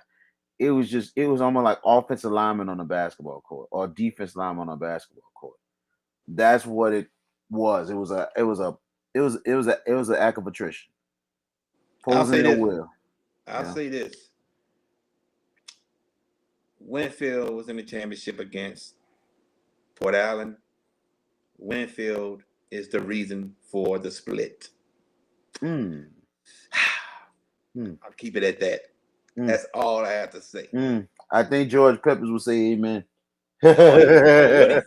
What he said? I think he'll say amen to you. Goodness. That school is the reason for the split.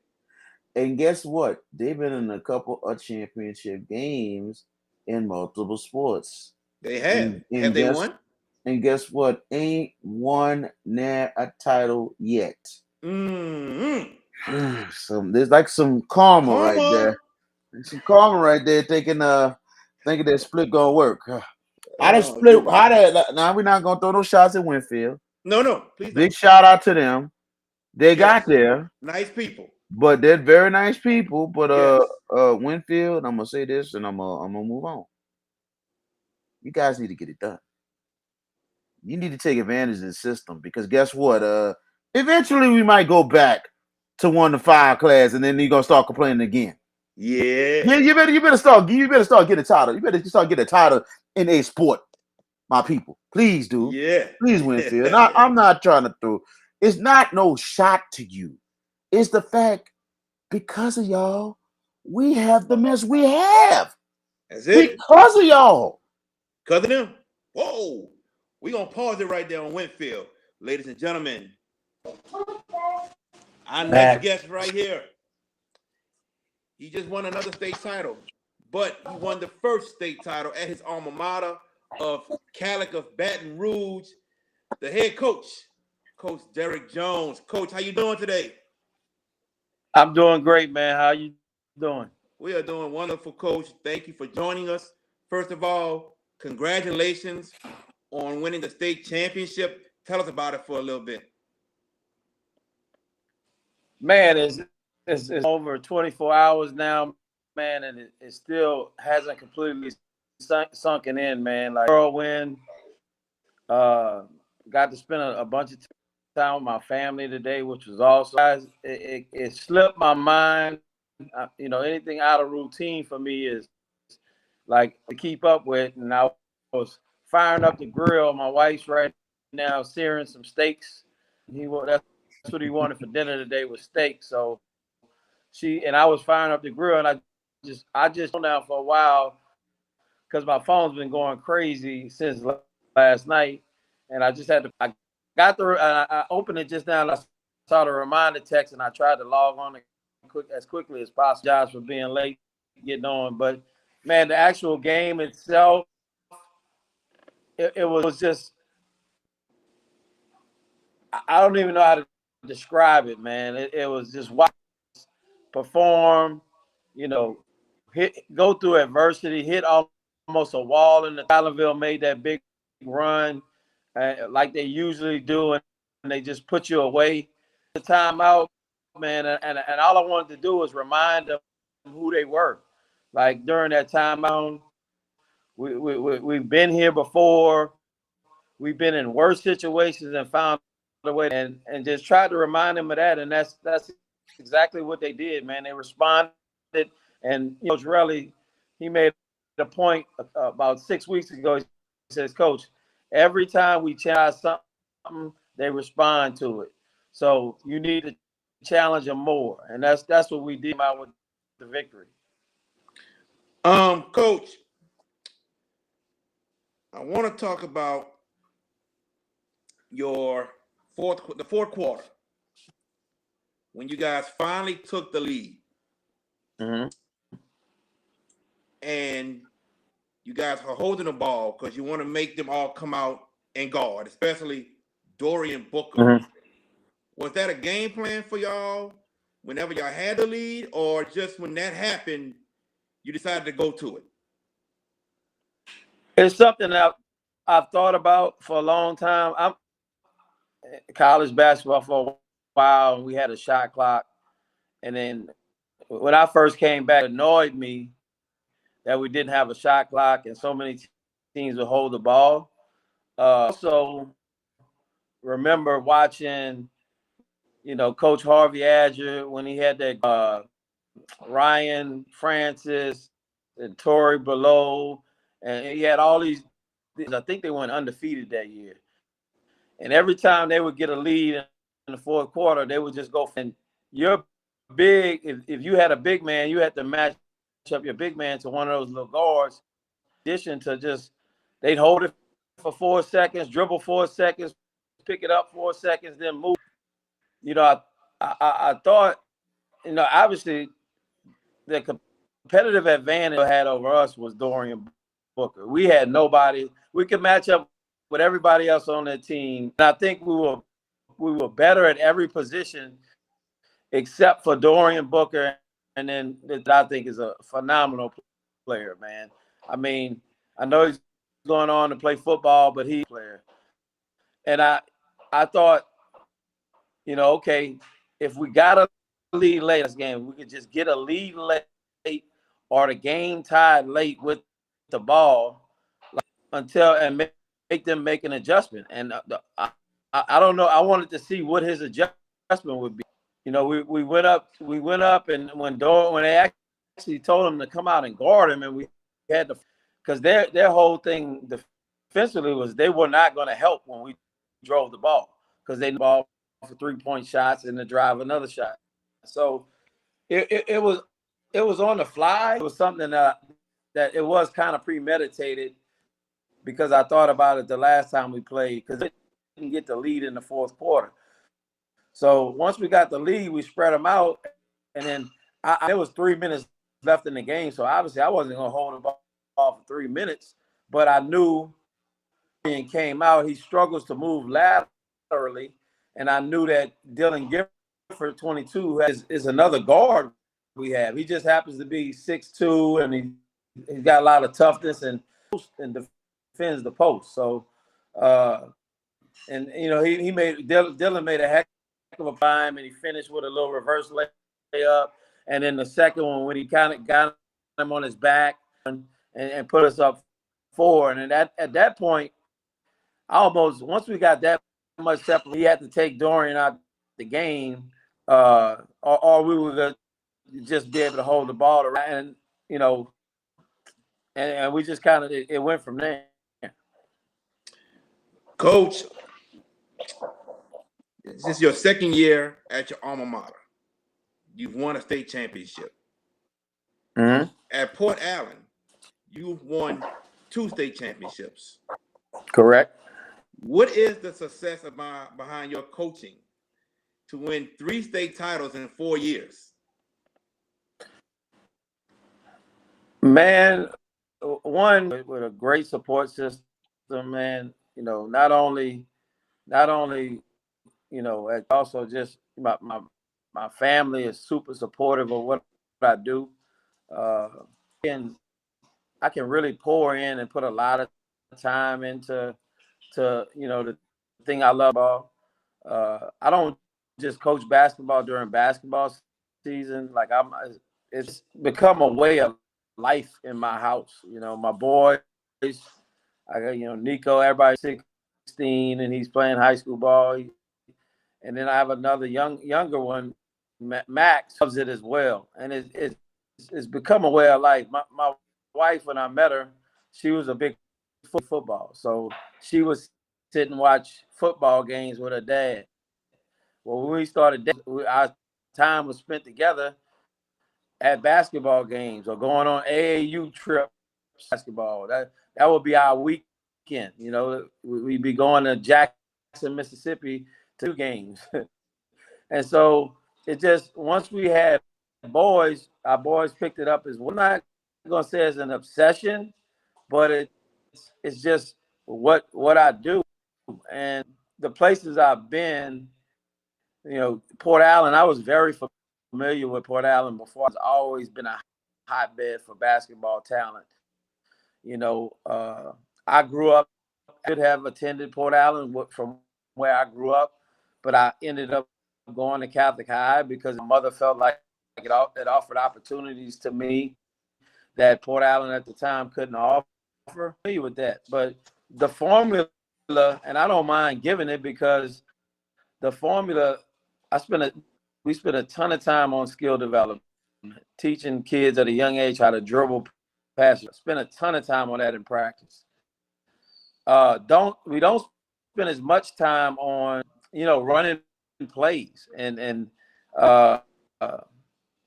just trying to series of plays or memorize some offense, but rather try to make you in the Joes, not the X's and the O's, but making our kids better basketball players. Conditioning. Basketball is a game of conditioning. Like Karl Malone had a famous quote that you can't play this game if all you takes breath. You got to be in great shape and great condition. And then man defense. Like now the man-to-man that we played over years, we can morph it, and sometimes we don't switch screens. But I just playing man-to-man defense, I think when you play it the right way, you can morph any defense. So it's very simple. Like, and people ask all the time, Coach, can I come? And I tell them, man, like I haven't reinvented the wheel. Like I don't do anything special. It gets to a point in the season where our guys can pretty much run practice on their own.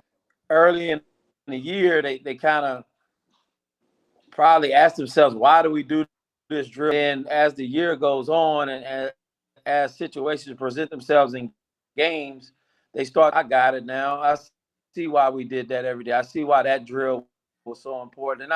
And as much as, we spend a lot of time teaching the game, like explaining, playing 5-on-5 situations in games and explaining why you did this, but you are, making decisions, because basketball is a game of decisions on both ends of the floor. You constantly make it, should I shoot it? Should I dribble it? Should I pass it? Should I make him shoot? Should I make him drive? And it all happens, especially with young high school kids. The more reps they get making those decisions as time goes on. So, I mean, it's just, again, like I don't have, if I did, I wouldn't even mind sharing it because I love seeing kids here from this state. I'm a Louisiana guy. I'm a Baton Rouge guy.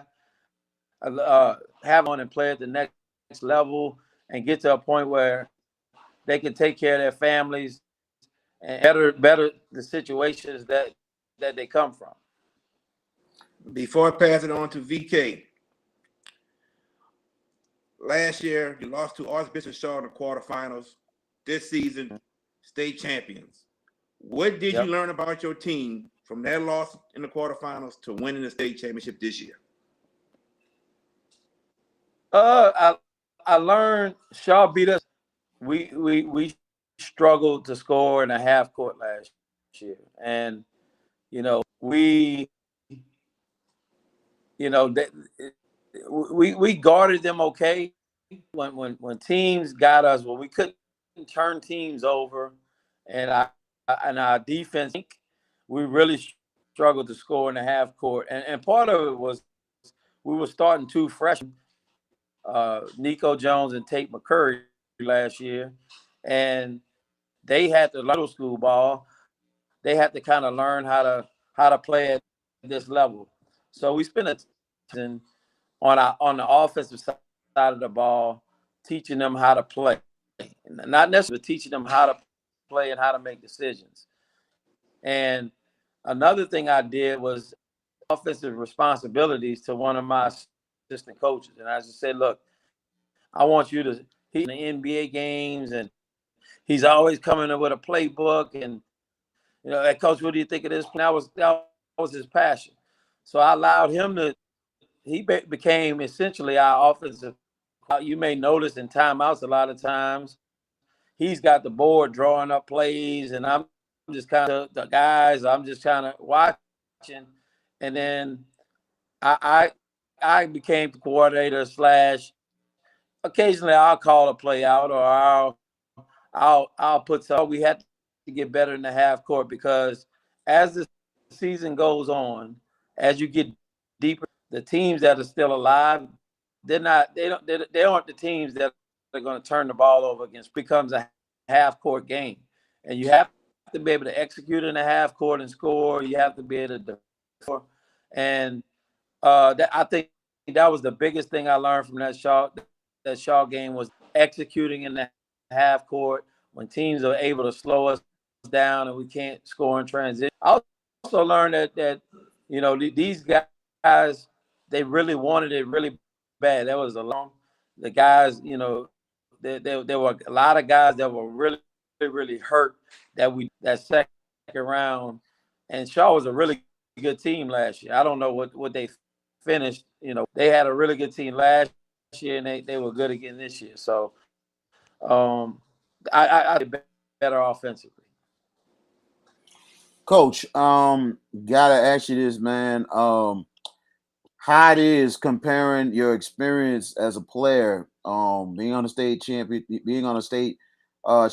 game against St. Augustine in 1995, a moment for St. Augustine for them winning state and national. But now, as a coach, you go back to your alma mater, you win it all, first state title, school history in basketball. How does it feel as a coach that you get that redemption, and especially for you and not realize until you said it that Nico Jones is his son? So plain and simple, how it is that you get the redemption 2 times with you being a champion as a coach for your alma mater and your son getting the ring. Man, that's the part that hadn't sunk in yet. I've been thinking about that since I took the job. It was, when the job became I never thought I never thought the Catholic job would open while I was down here. I mean, Coach T did an amazing job. He was a really good coach.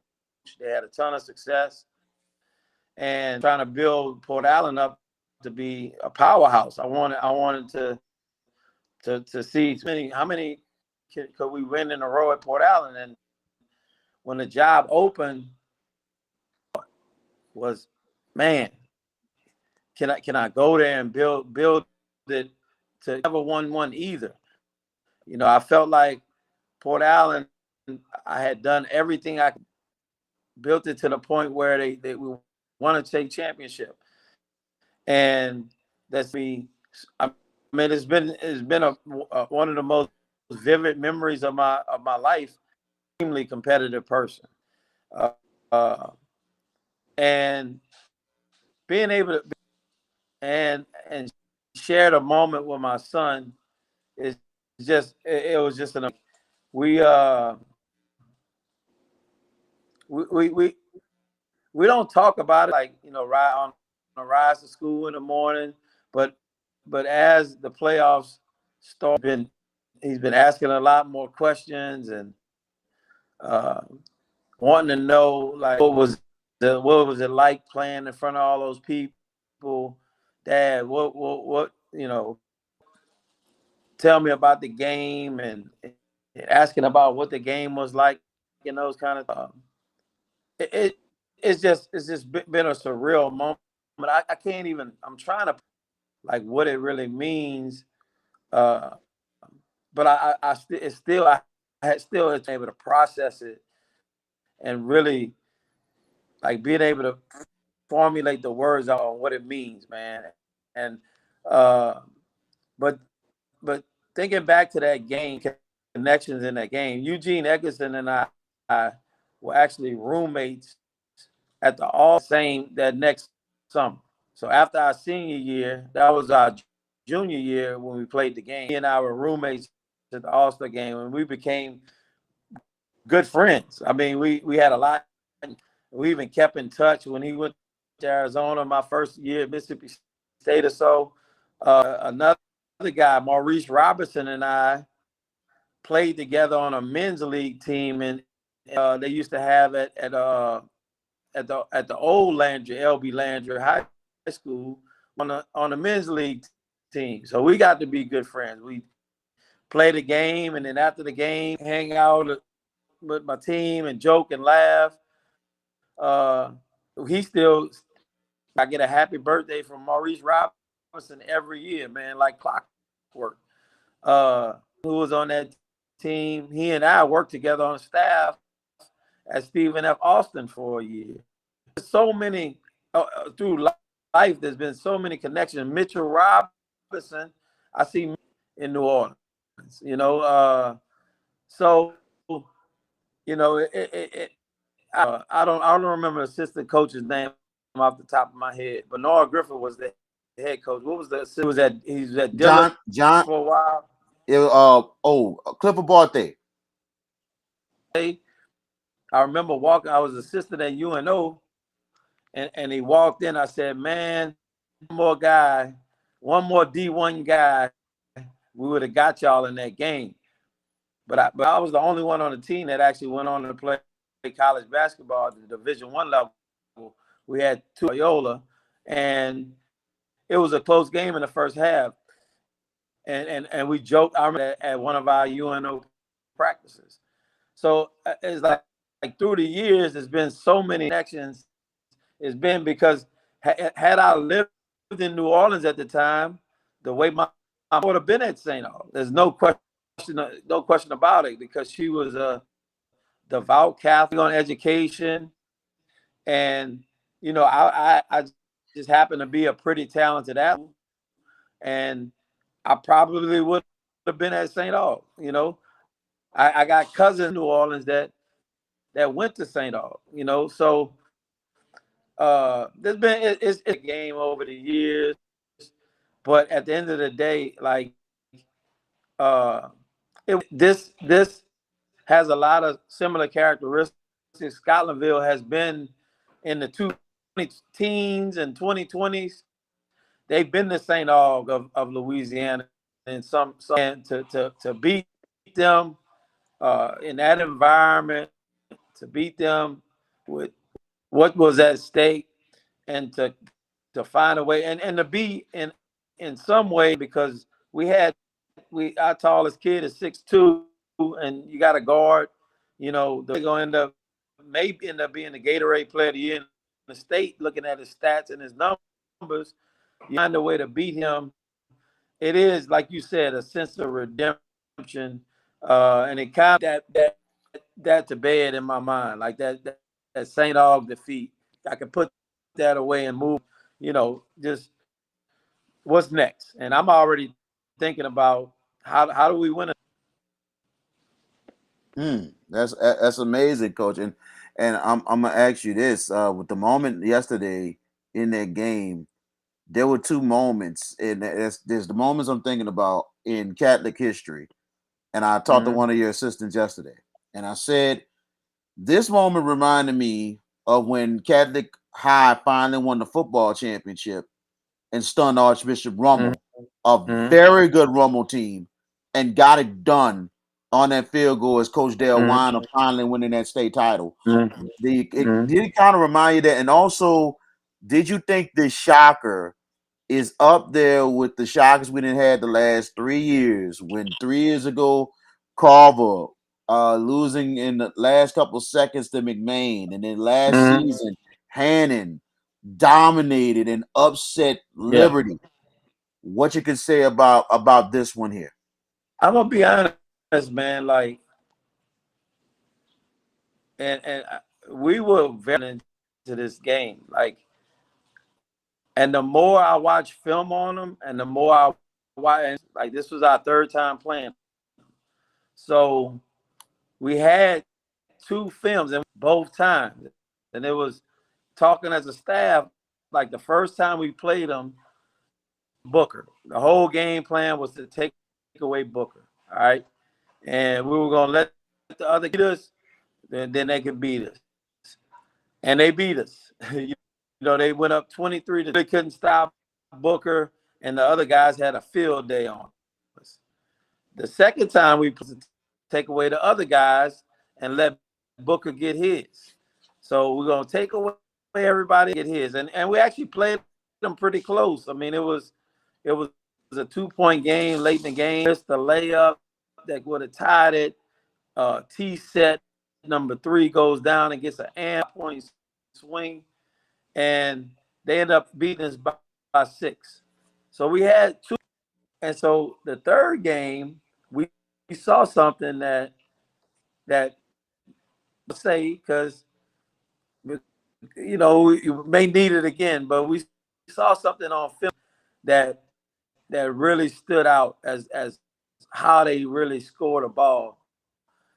I can see why people on the outside are surprised or shocked. In our locker room, everybody in our camp, we kind of came in the game, and it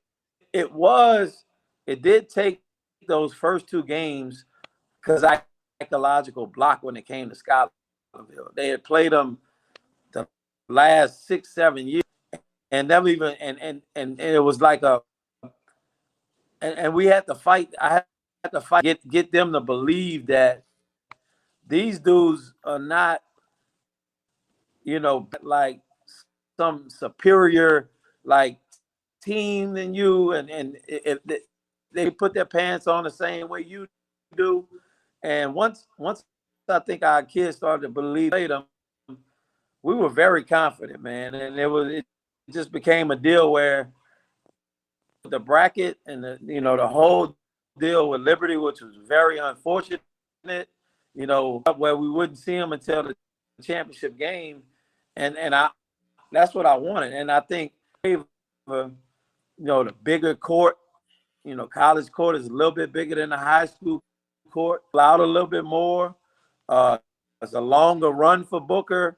So, and you watch transition where he kind of couldn't get down the floor at times, and then we were able to late in the game, and some things just played in our favor. But to be honest, me, it wasn't a shocker at all. I thought it was a pick 'em game going in. Like had the ball last was probably gonna win the game. Coach, I gotta ask you this, and I'm gonna let Jared finish everything up here. For one, anybody looking at your seniors, I think Nico's a senior, Dennis is a senior. Who Nico's a sophomore. Oh, Nico and Tate McCurry. So 5 and 20. okay.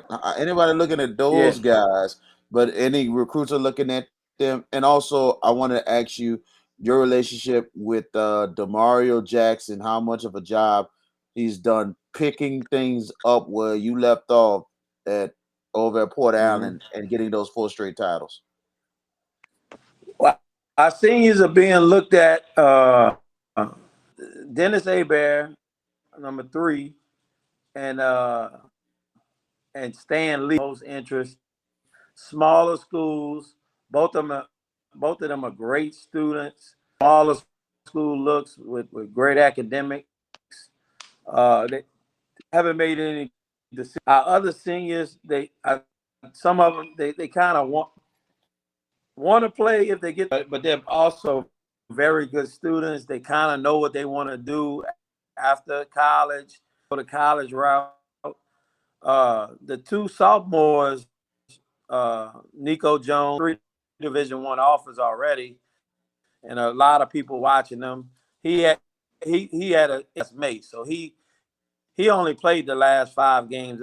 Well, the last 2 games of the regular season games this year. He was out for 9 months. So, and then Tate from Division I schools right now as well, 24.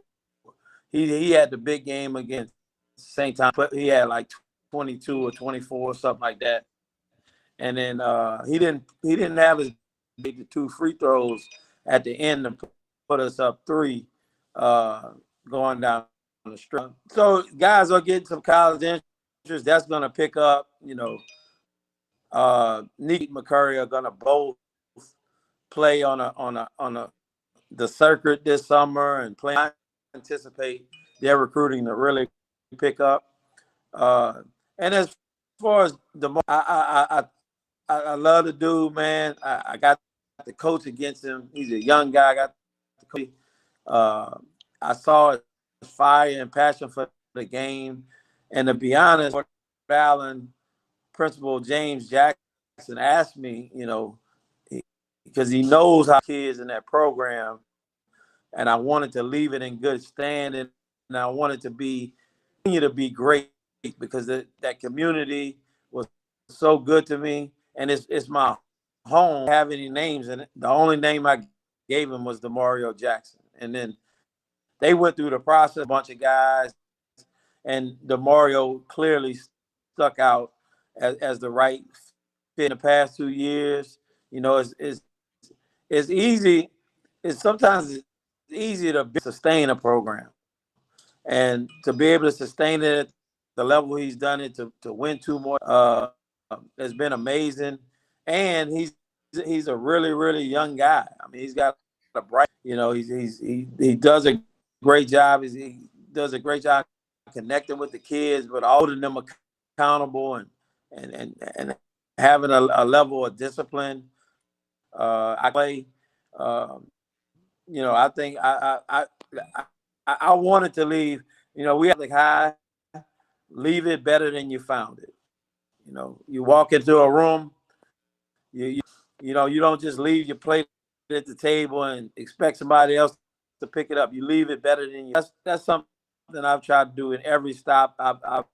Every place I've been, as a leave it better than I found it. Some guys leave a place and they want to see it fall apart. So for they, oh man, if I was there, it'd be so much better. But I'm so glad to see Port Allen having success. EJ McQuillan, their best player. I coached him as a freshman. He played I remember him hit the floater going baseline championship that helped secure the win. And to see him go trophies is absolutely amazing, and it brings joy to my. Coach, we'll get you out of here on this one. All right. You were the head coach at Port Allen. You're the head coach now at Catholic, and you've been an assistant coach at many colleges. Mm-hmm. What was the reason that you decided to become a coach? Man, the reason I'm gonna just tell you is like I finished college, like I ran from it. I was no money. I need to make money. I want to buy my mom my house. A lot, man. I had a very modest upbringing. Was fortunate to have the opportunity, but I ran from it, and not a buddy, but like a big brother to me was. I don't know if y'all remember Jonathan Pixley was the head coach years. He won a couple of championships at Dunham, but Jonathan called me. Got this group of kids that needs to be trained, and put together a little team to play this summer. Would you be interested in coaching them? I was like, man, I'm big. Well, the guy's gonna pay you $1,500 to do it. You ain't got to do nothing but practice 2 times a week on the weekend. Oh yeah, all right, I'll do that. And I absolutely fell in love with coaching because and I realized like, man, this gives me an opportunity where I can continue to compete. Body gets old and I can't go play ball anymore. And I can't move like I'm 65. And I was coaching summertime, and Al Collins, was the head coach at John Ehret for years. I mean, he said, look, I need an assistant coach. Would you be interested in coming? And I was at that point, I was in me. Coaching did. And I went to the interview lasted like 2 guys, not going to be here long, but by the time, but as long as we could keep tremendous impact on our program. That was my interview. That was him telling the principal. And 2 years, my first year we were 500. My second year we went 27-3. We got upset in the second round of the playoffs. And then my college coach called and offered me a coach at Sanford University in Birmingham. I took that job, and that was the year. And I don't know if y'all remember the movie Hurricane Season with Forrest. That next year was the year that they won state. So I was not a part of it. Even throughout that whole year, players from the team are calling me, Coach, they doing kids coming in. They don't know how we do stuff. What should we do, Coach? So I'm coaching as from John Ehret, like to how do we do this? How do we manage this? And from there, man, it was just one move after another. I was blessed and fortunate to experience things at the collegiate level. Worked for a lot of bright coaches, and some of them are still coaching at a high. Worked under Coach Mike White, who's at Georgia now. Yeah. Dusty May, who just gets the 9 seed, which is amazing. Who won Conference USA, was on that. Isaac Brown, unfortunately, he was let go recently at Wichita State, but for years, got to meet guys like Terrence Johnson, who's the head coach at Texas. Guys like I talk to, I can call these guys right now and they pick up the phone, and it's like I can ask them anything, like, and like, Coach, this one I'm dealing with right now. What are your thoughts on that? They actually still call me, D, what was that? The shooting drill. How do you organize that? Because I think that'd be a great drill for my team. You know what I'm saying? And fortunate to be around some great basketball minds and soak it up, and a sponge, man, just trying to learn. I never I thought I knew it all. I did get to a point where I thought that I knew more than some people. Decided it's time for me to go be a head coach. And when I got to Port Allen, time for me to be a head coach. And I wasn't in a position to get a head coaching job in college and came back to high school, but I haven't given up on my dream. My dream is still to head coach at the highest level one day. And I don't know if it's gonna happen. I'm happy with anything. I could stay at Catholic High for the next 30 years and be happy. But I think I can run a Division I program and run it at a high level and be highly successful. Coach, you said that's awesome, Coach. I heard the name Mike White, and he's doing some good things. He's been a very, very nice coach and everything else. But for me, I remember him as a player, and he was a bad somebody for Jesuits. Yeah, he Lord, was. have mercy. We actually played each other, man. I reminded weekly when we worked together. we played each other his Mike senior year, my junior Jesuit. We beat them at Jesuit. Mike had 22, I had 23. Beat him by like 2 points. Mike, and then we played against each other in college because I went to Mississippi State. Mike was at point guard at Ole Miss. Oh yeah, and he was Yeah. on that Ole Miss team, Ansu Cisse and all Yes. that stuff. Basically, the Yes. team. I hate to say this on air. Basically, the Bryce team. Drew hit the shot. Yeah, the team Yes. that ruined my bracket. I had, to be Yes. honest with you, Yeah. I had. I'm gonna tell you this, Coach. I had, that was like at the time of my beginnings when I'm young. I'm a teenager. Getting into sports. I'm getting into the NCAA stuff. And I had in my bracket, I had Ole Miss to the Final Four.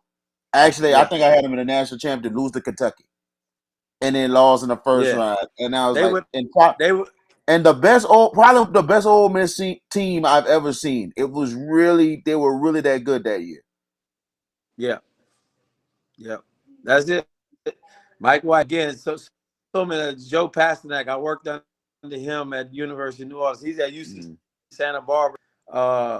Another good friend of mine, Amir Abdul Rahim, who's at Kennesaw State. So many guys, man. Like, that coaching fraternity is a small get to the collegiate level because it's not a lot of those jobs and they're highly coveted. So some lifelong friends, and you also got to watch your back. There's a lot of back, but man, I've been blessed and fortunate, to really, man, and now be able to use those experiences, those things I've learned to pass them to the next generation and help them to be successful. That's called passing down the olive branch, Coach. Yeah. Coach Derrick Jones, once again, congratulations on winning the first state championship in basketball for Catholic of Baton Rouge. And also, thank you for joining us on the show today, Coach. We appreciate it. And in the future, we'd love to have you on again. I love again. I apologize for jumping on late. It's been a whirlwind of a day, but I appreciate you. Enjoyed the conversation, and man, let me know when y'all want to do it again. I'd be more than happy. Yes, sir. Thank you, Coach. Thanks, Coach Jones. All right, thank y'all. Congrats. Take All care. right. On the grill. All right. We got you, Coach, on the grill. You got your yeah. All right. Coach Derrick Jones. I think Jerry Jones is about to get us some plates. You know what I'm saying? Hey man, hey, let's speed to Baton Rouge right quick. Because I think one of our guests, the reason why he didn't come, because they had set up another special dinner for him today as well. So it was gonna be hard for him to get on here. Coach Jones was about it, and we appreciate him, and we definitely understand. I wish we could go shoot over there now and get some steaks. Yeah. Yes, indeed. So, ladies and gents, everybody who joined us, thank y'all. We'll be back Wednesday at 8:00. And as of right now, we have Coach Nathaniel Roche joining us again. We're going to talk to him about the second straight championship he has won at George Washington Carver. And maybe another guest. VK, who's the other guest that we might have on Wednesday? Possibility we're gonna have a big time guest, a Hash It Out exclusive. Possibility we're gonna have Ayla Gazzardo, the head coach of the Southeastern Louisiana Lady Lions that are in the NCAA tournament. They won the Southland regular season for the first time ever in school history, and also for the first time in school history, won the Southland Conference tournament in a comeback win. So there's a possibility, and I'm waiting on Coach Gazzardo as we speak, because we were gonna have it tonight, but because of the selection show and preparation, she wanted to wait maybe until Wednesday. So we're waiting to get the word, and hopefully we'll have her on. If we do, that'll be a big time Hash It Out exclusive. We're going everywhere. We're taking things to another level.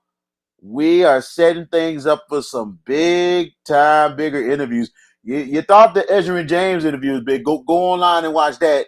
But at the same time, we got some bigger interviews that's about to be lined up. And we're not just talking about big time experts and coaches. We talk about national folks are going to be coming on this show. It's going to be some amazing stuff. JB, I forgot to tell you who I met, but I'm going to tell you about that off air.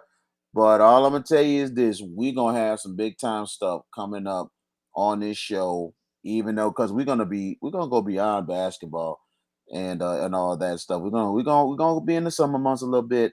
We're going to have some guests. We're going to have some panels. We're going to make this show. We're going to keep the show rolling as much as we can, even though we're not gonna go through all of baseball, but at the same time, we'll have more college baseball in a little bit. And then plus we're gonna have some panel discussions, sports and entertainment wise on our show.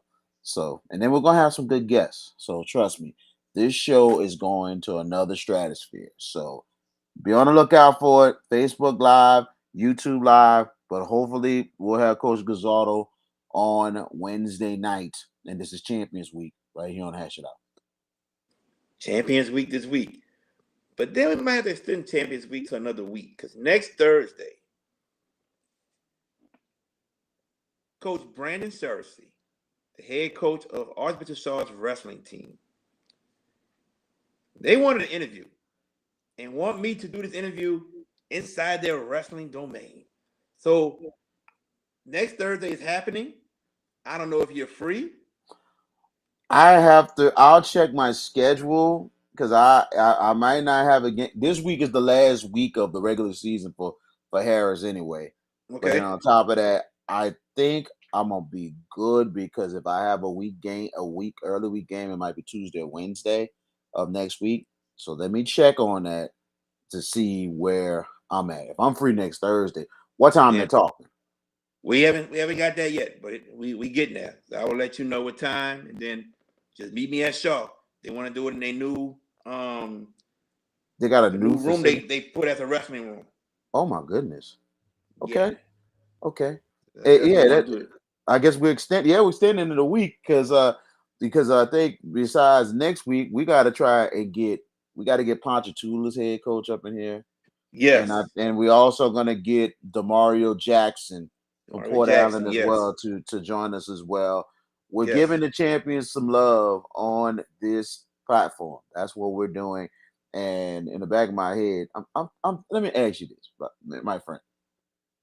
Should we try what we can, even if the season is over, to try to get Southern University's women's coach on? Are they in the tournament? Yes, they won the SWAC tournament. They pulled off the biggest upset in SWAC tournament history. They beat Jackson State at the buzzer, which Jackson State could have been maybe a 13 seed if they win the tournament. I will say this. I'll say this. I'm cool with it. If she wants to do it after the actually it's a he. Oh, excuse me. I apologize. I apologize to everybody. Yes. On that one for assuming it was a lady. I apologize. If he wants to come on after the tournament, I'm fine with it because it's a successful season. Mm-hmm. If you want to try to come on before the tournament, we can try to make it happen. So I am with it. Yes, definitely. Let me make some contacts with Southern University and see, because most likely they'll probably be in a play-in game. So, you know what I'm saying, they're probably gonna be really early with it. But I'll get with some connections and see, because most likely it would be definitely after their season, and we'll make some time to have the coach on for them because they definitely deserve it. Because I'm thinking in the back of my mind, we're having these champions on, especially Gazzardo, but we got to have Southern girls coach on there, especially what they did. Because what I seen on Friday, and I don't know if you've seen it, I was stunned to find out what the score was when we seen the highlight. I was like, oh my God. So it's just like, man, I was like, dude, I'm like, well, Southern, no, you don't understand what Southern just did.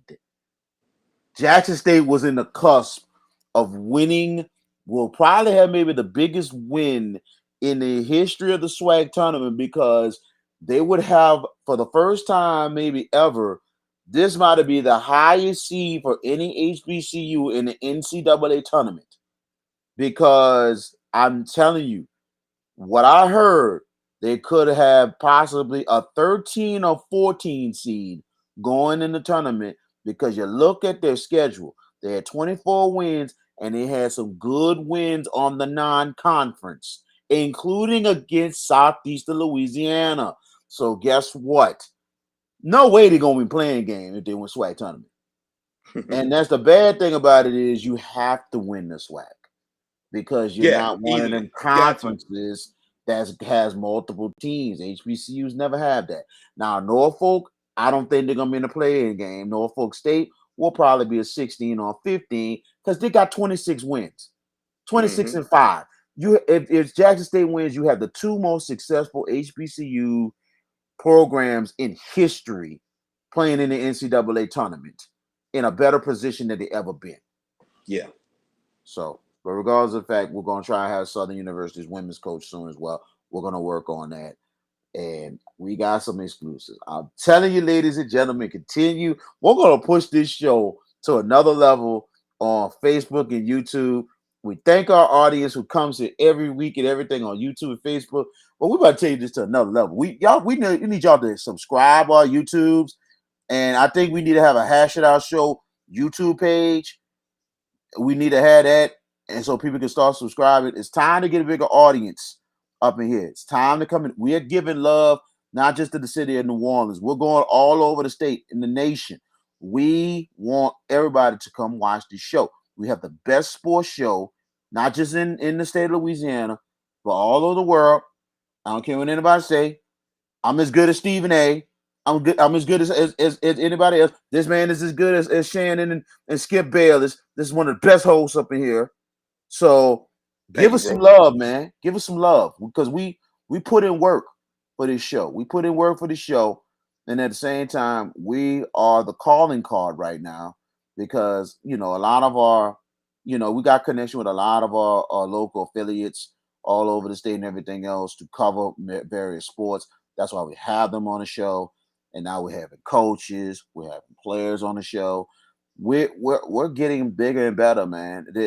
We're getting better than another brand, but we're not gonna say the brand's name. But at the same time, sooner or later, we're gonna have people from the Fan View show. We're gonna try and have some of those hosts on the show.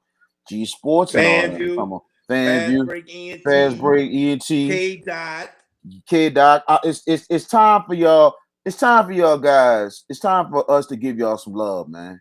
It's time for y'all to get your story out there. You know what I'm saying? And that's just real talk, man. Because we're growing this show, and we've been growing and growing, and I think we've been getting a lot of respect from the fan bases, the coaches, everyone else. They're really starting to come to click on the Hash It Out Show on Facebook and on YouTube. So hey, pass the word on to everybody to come watch this show. We'll post it. We're putting up posts sooner and sooner than we are to know what time we're coming on, what guests, all that stuff. It's me and this man, George Pepper. Sometimes I might not be on it. He carries the weight. So regardless of the fact, we're a team on Hash It Out. But we're gonna take this thing to another level, and that's what it's all about. Without a doubt, most definitely. Most definitely. Mm-hmm. My man VK, for Coach Derrick Jones and Coach Randy Livingston, I am JB, your sports guy. We'll see you here in 3 days, Wednesday. Take care. And we'll talk about bracket busting and brackets. Yeah. Yeah, definitely. Y'all take care.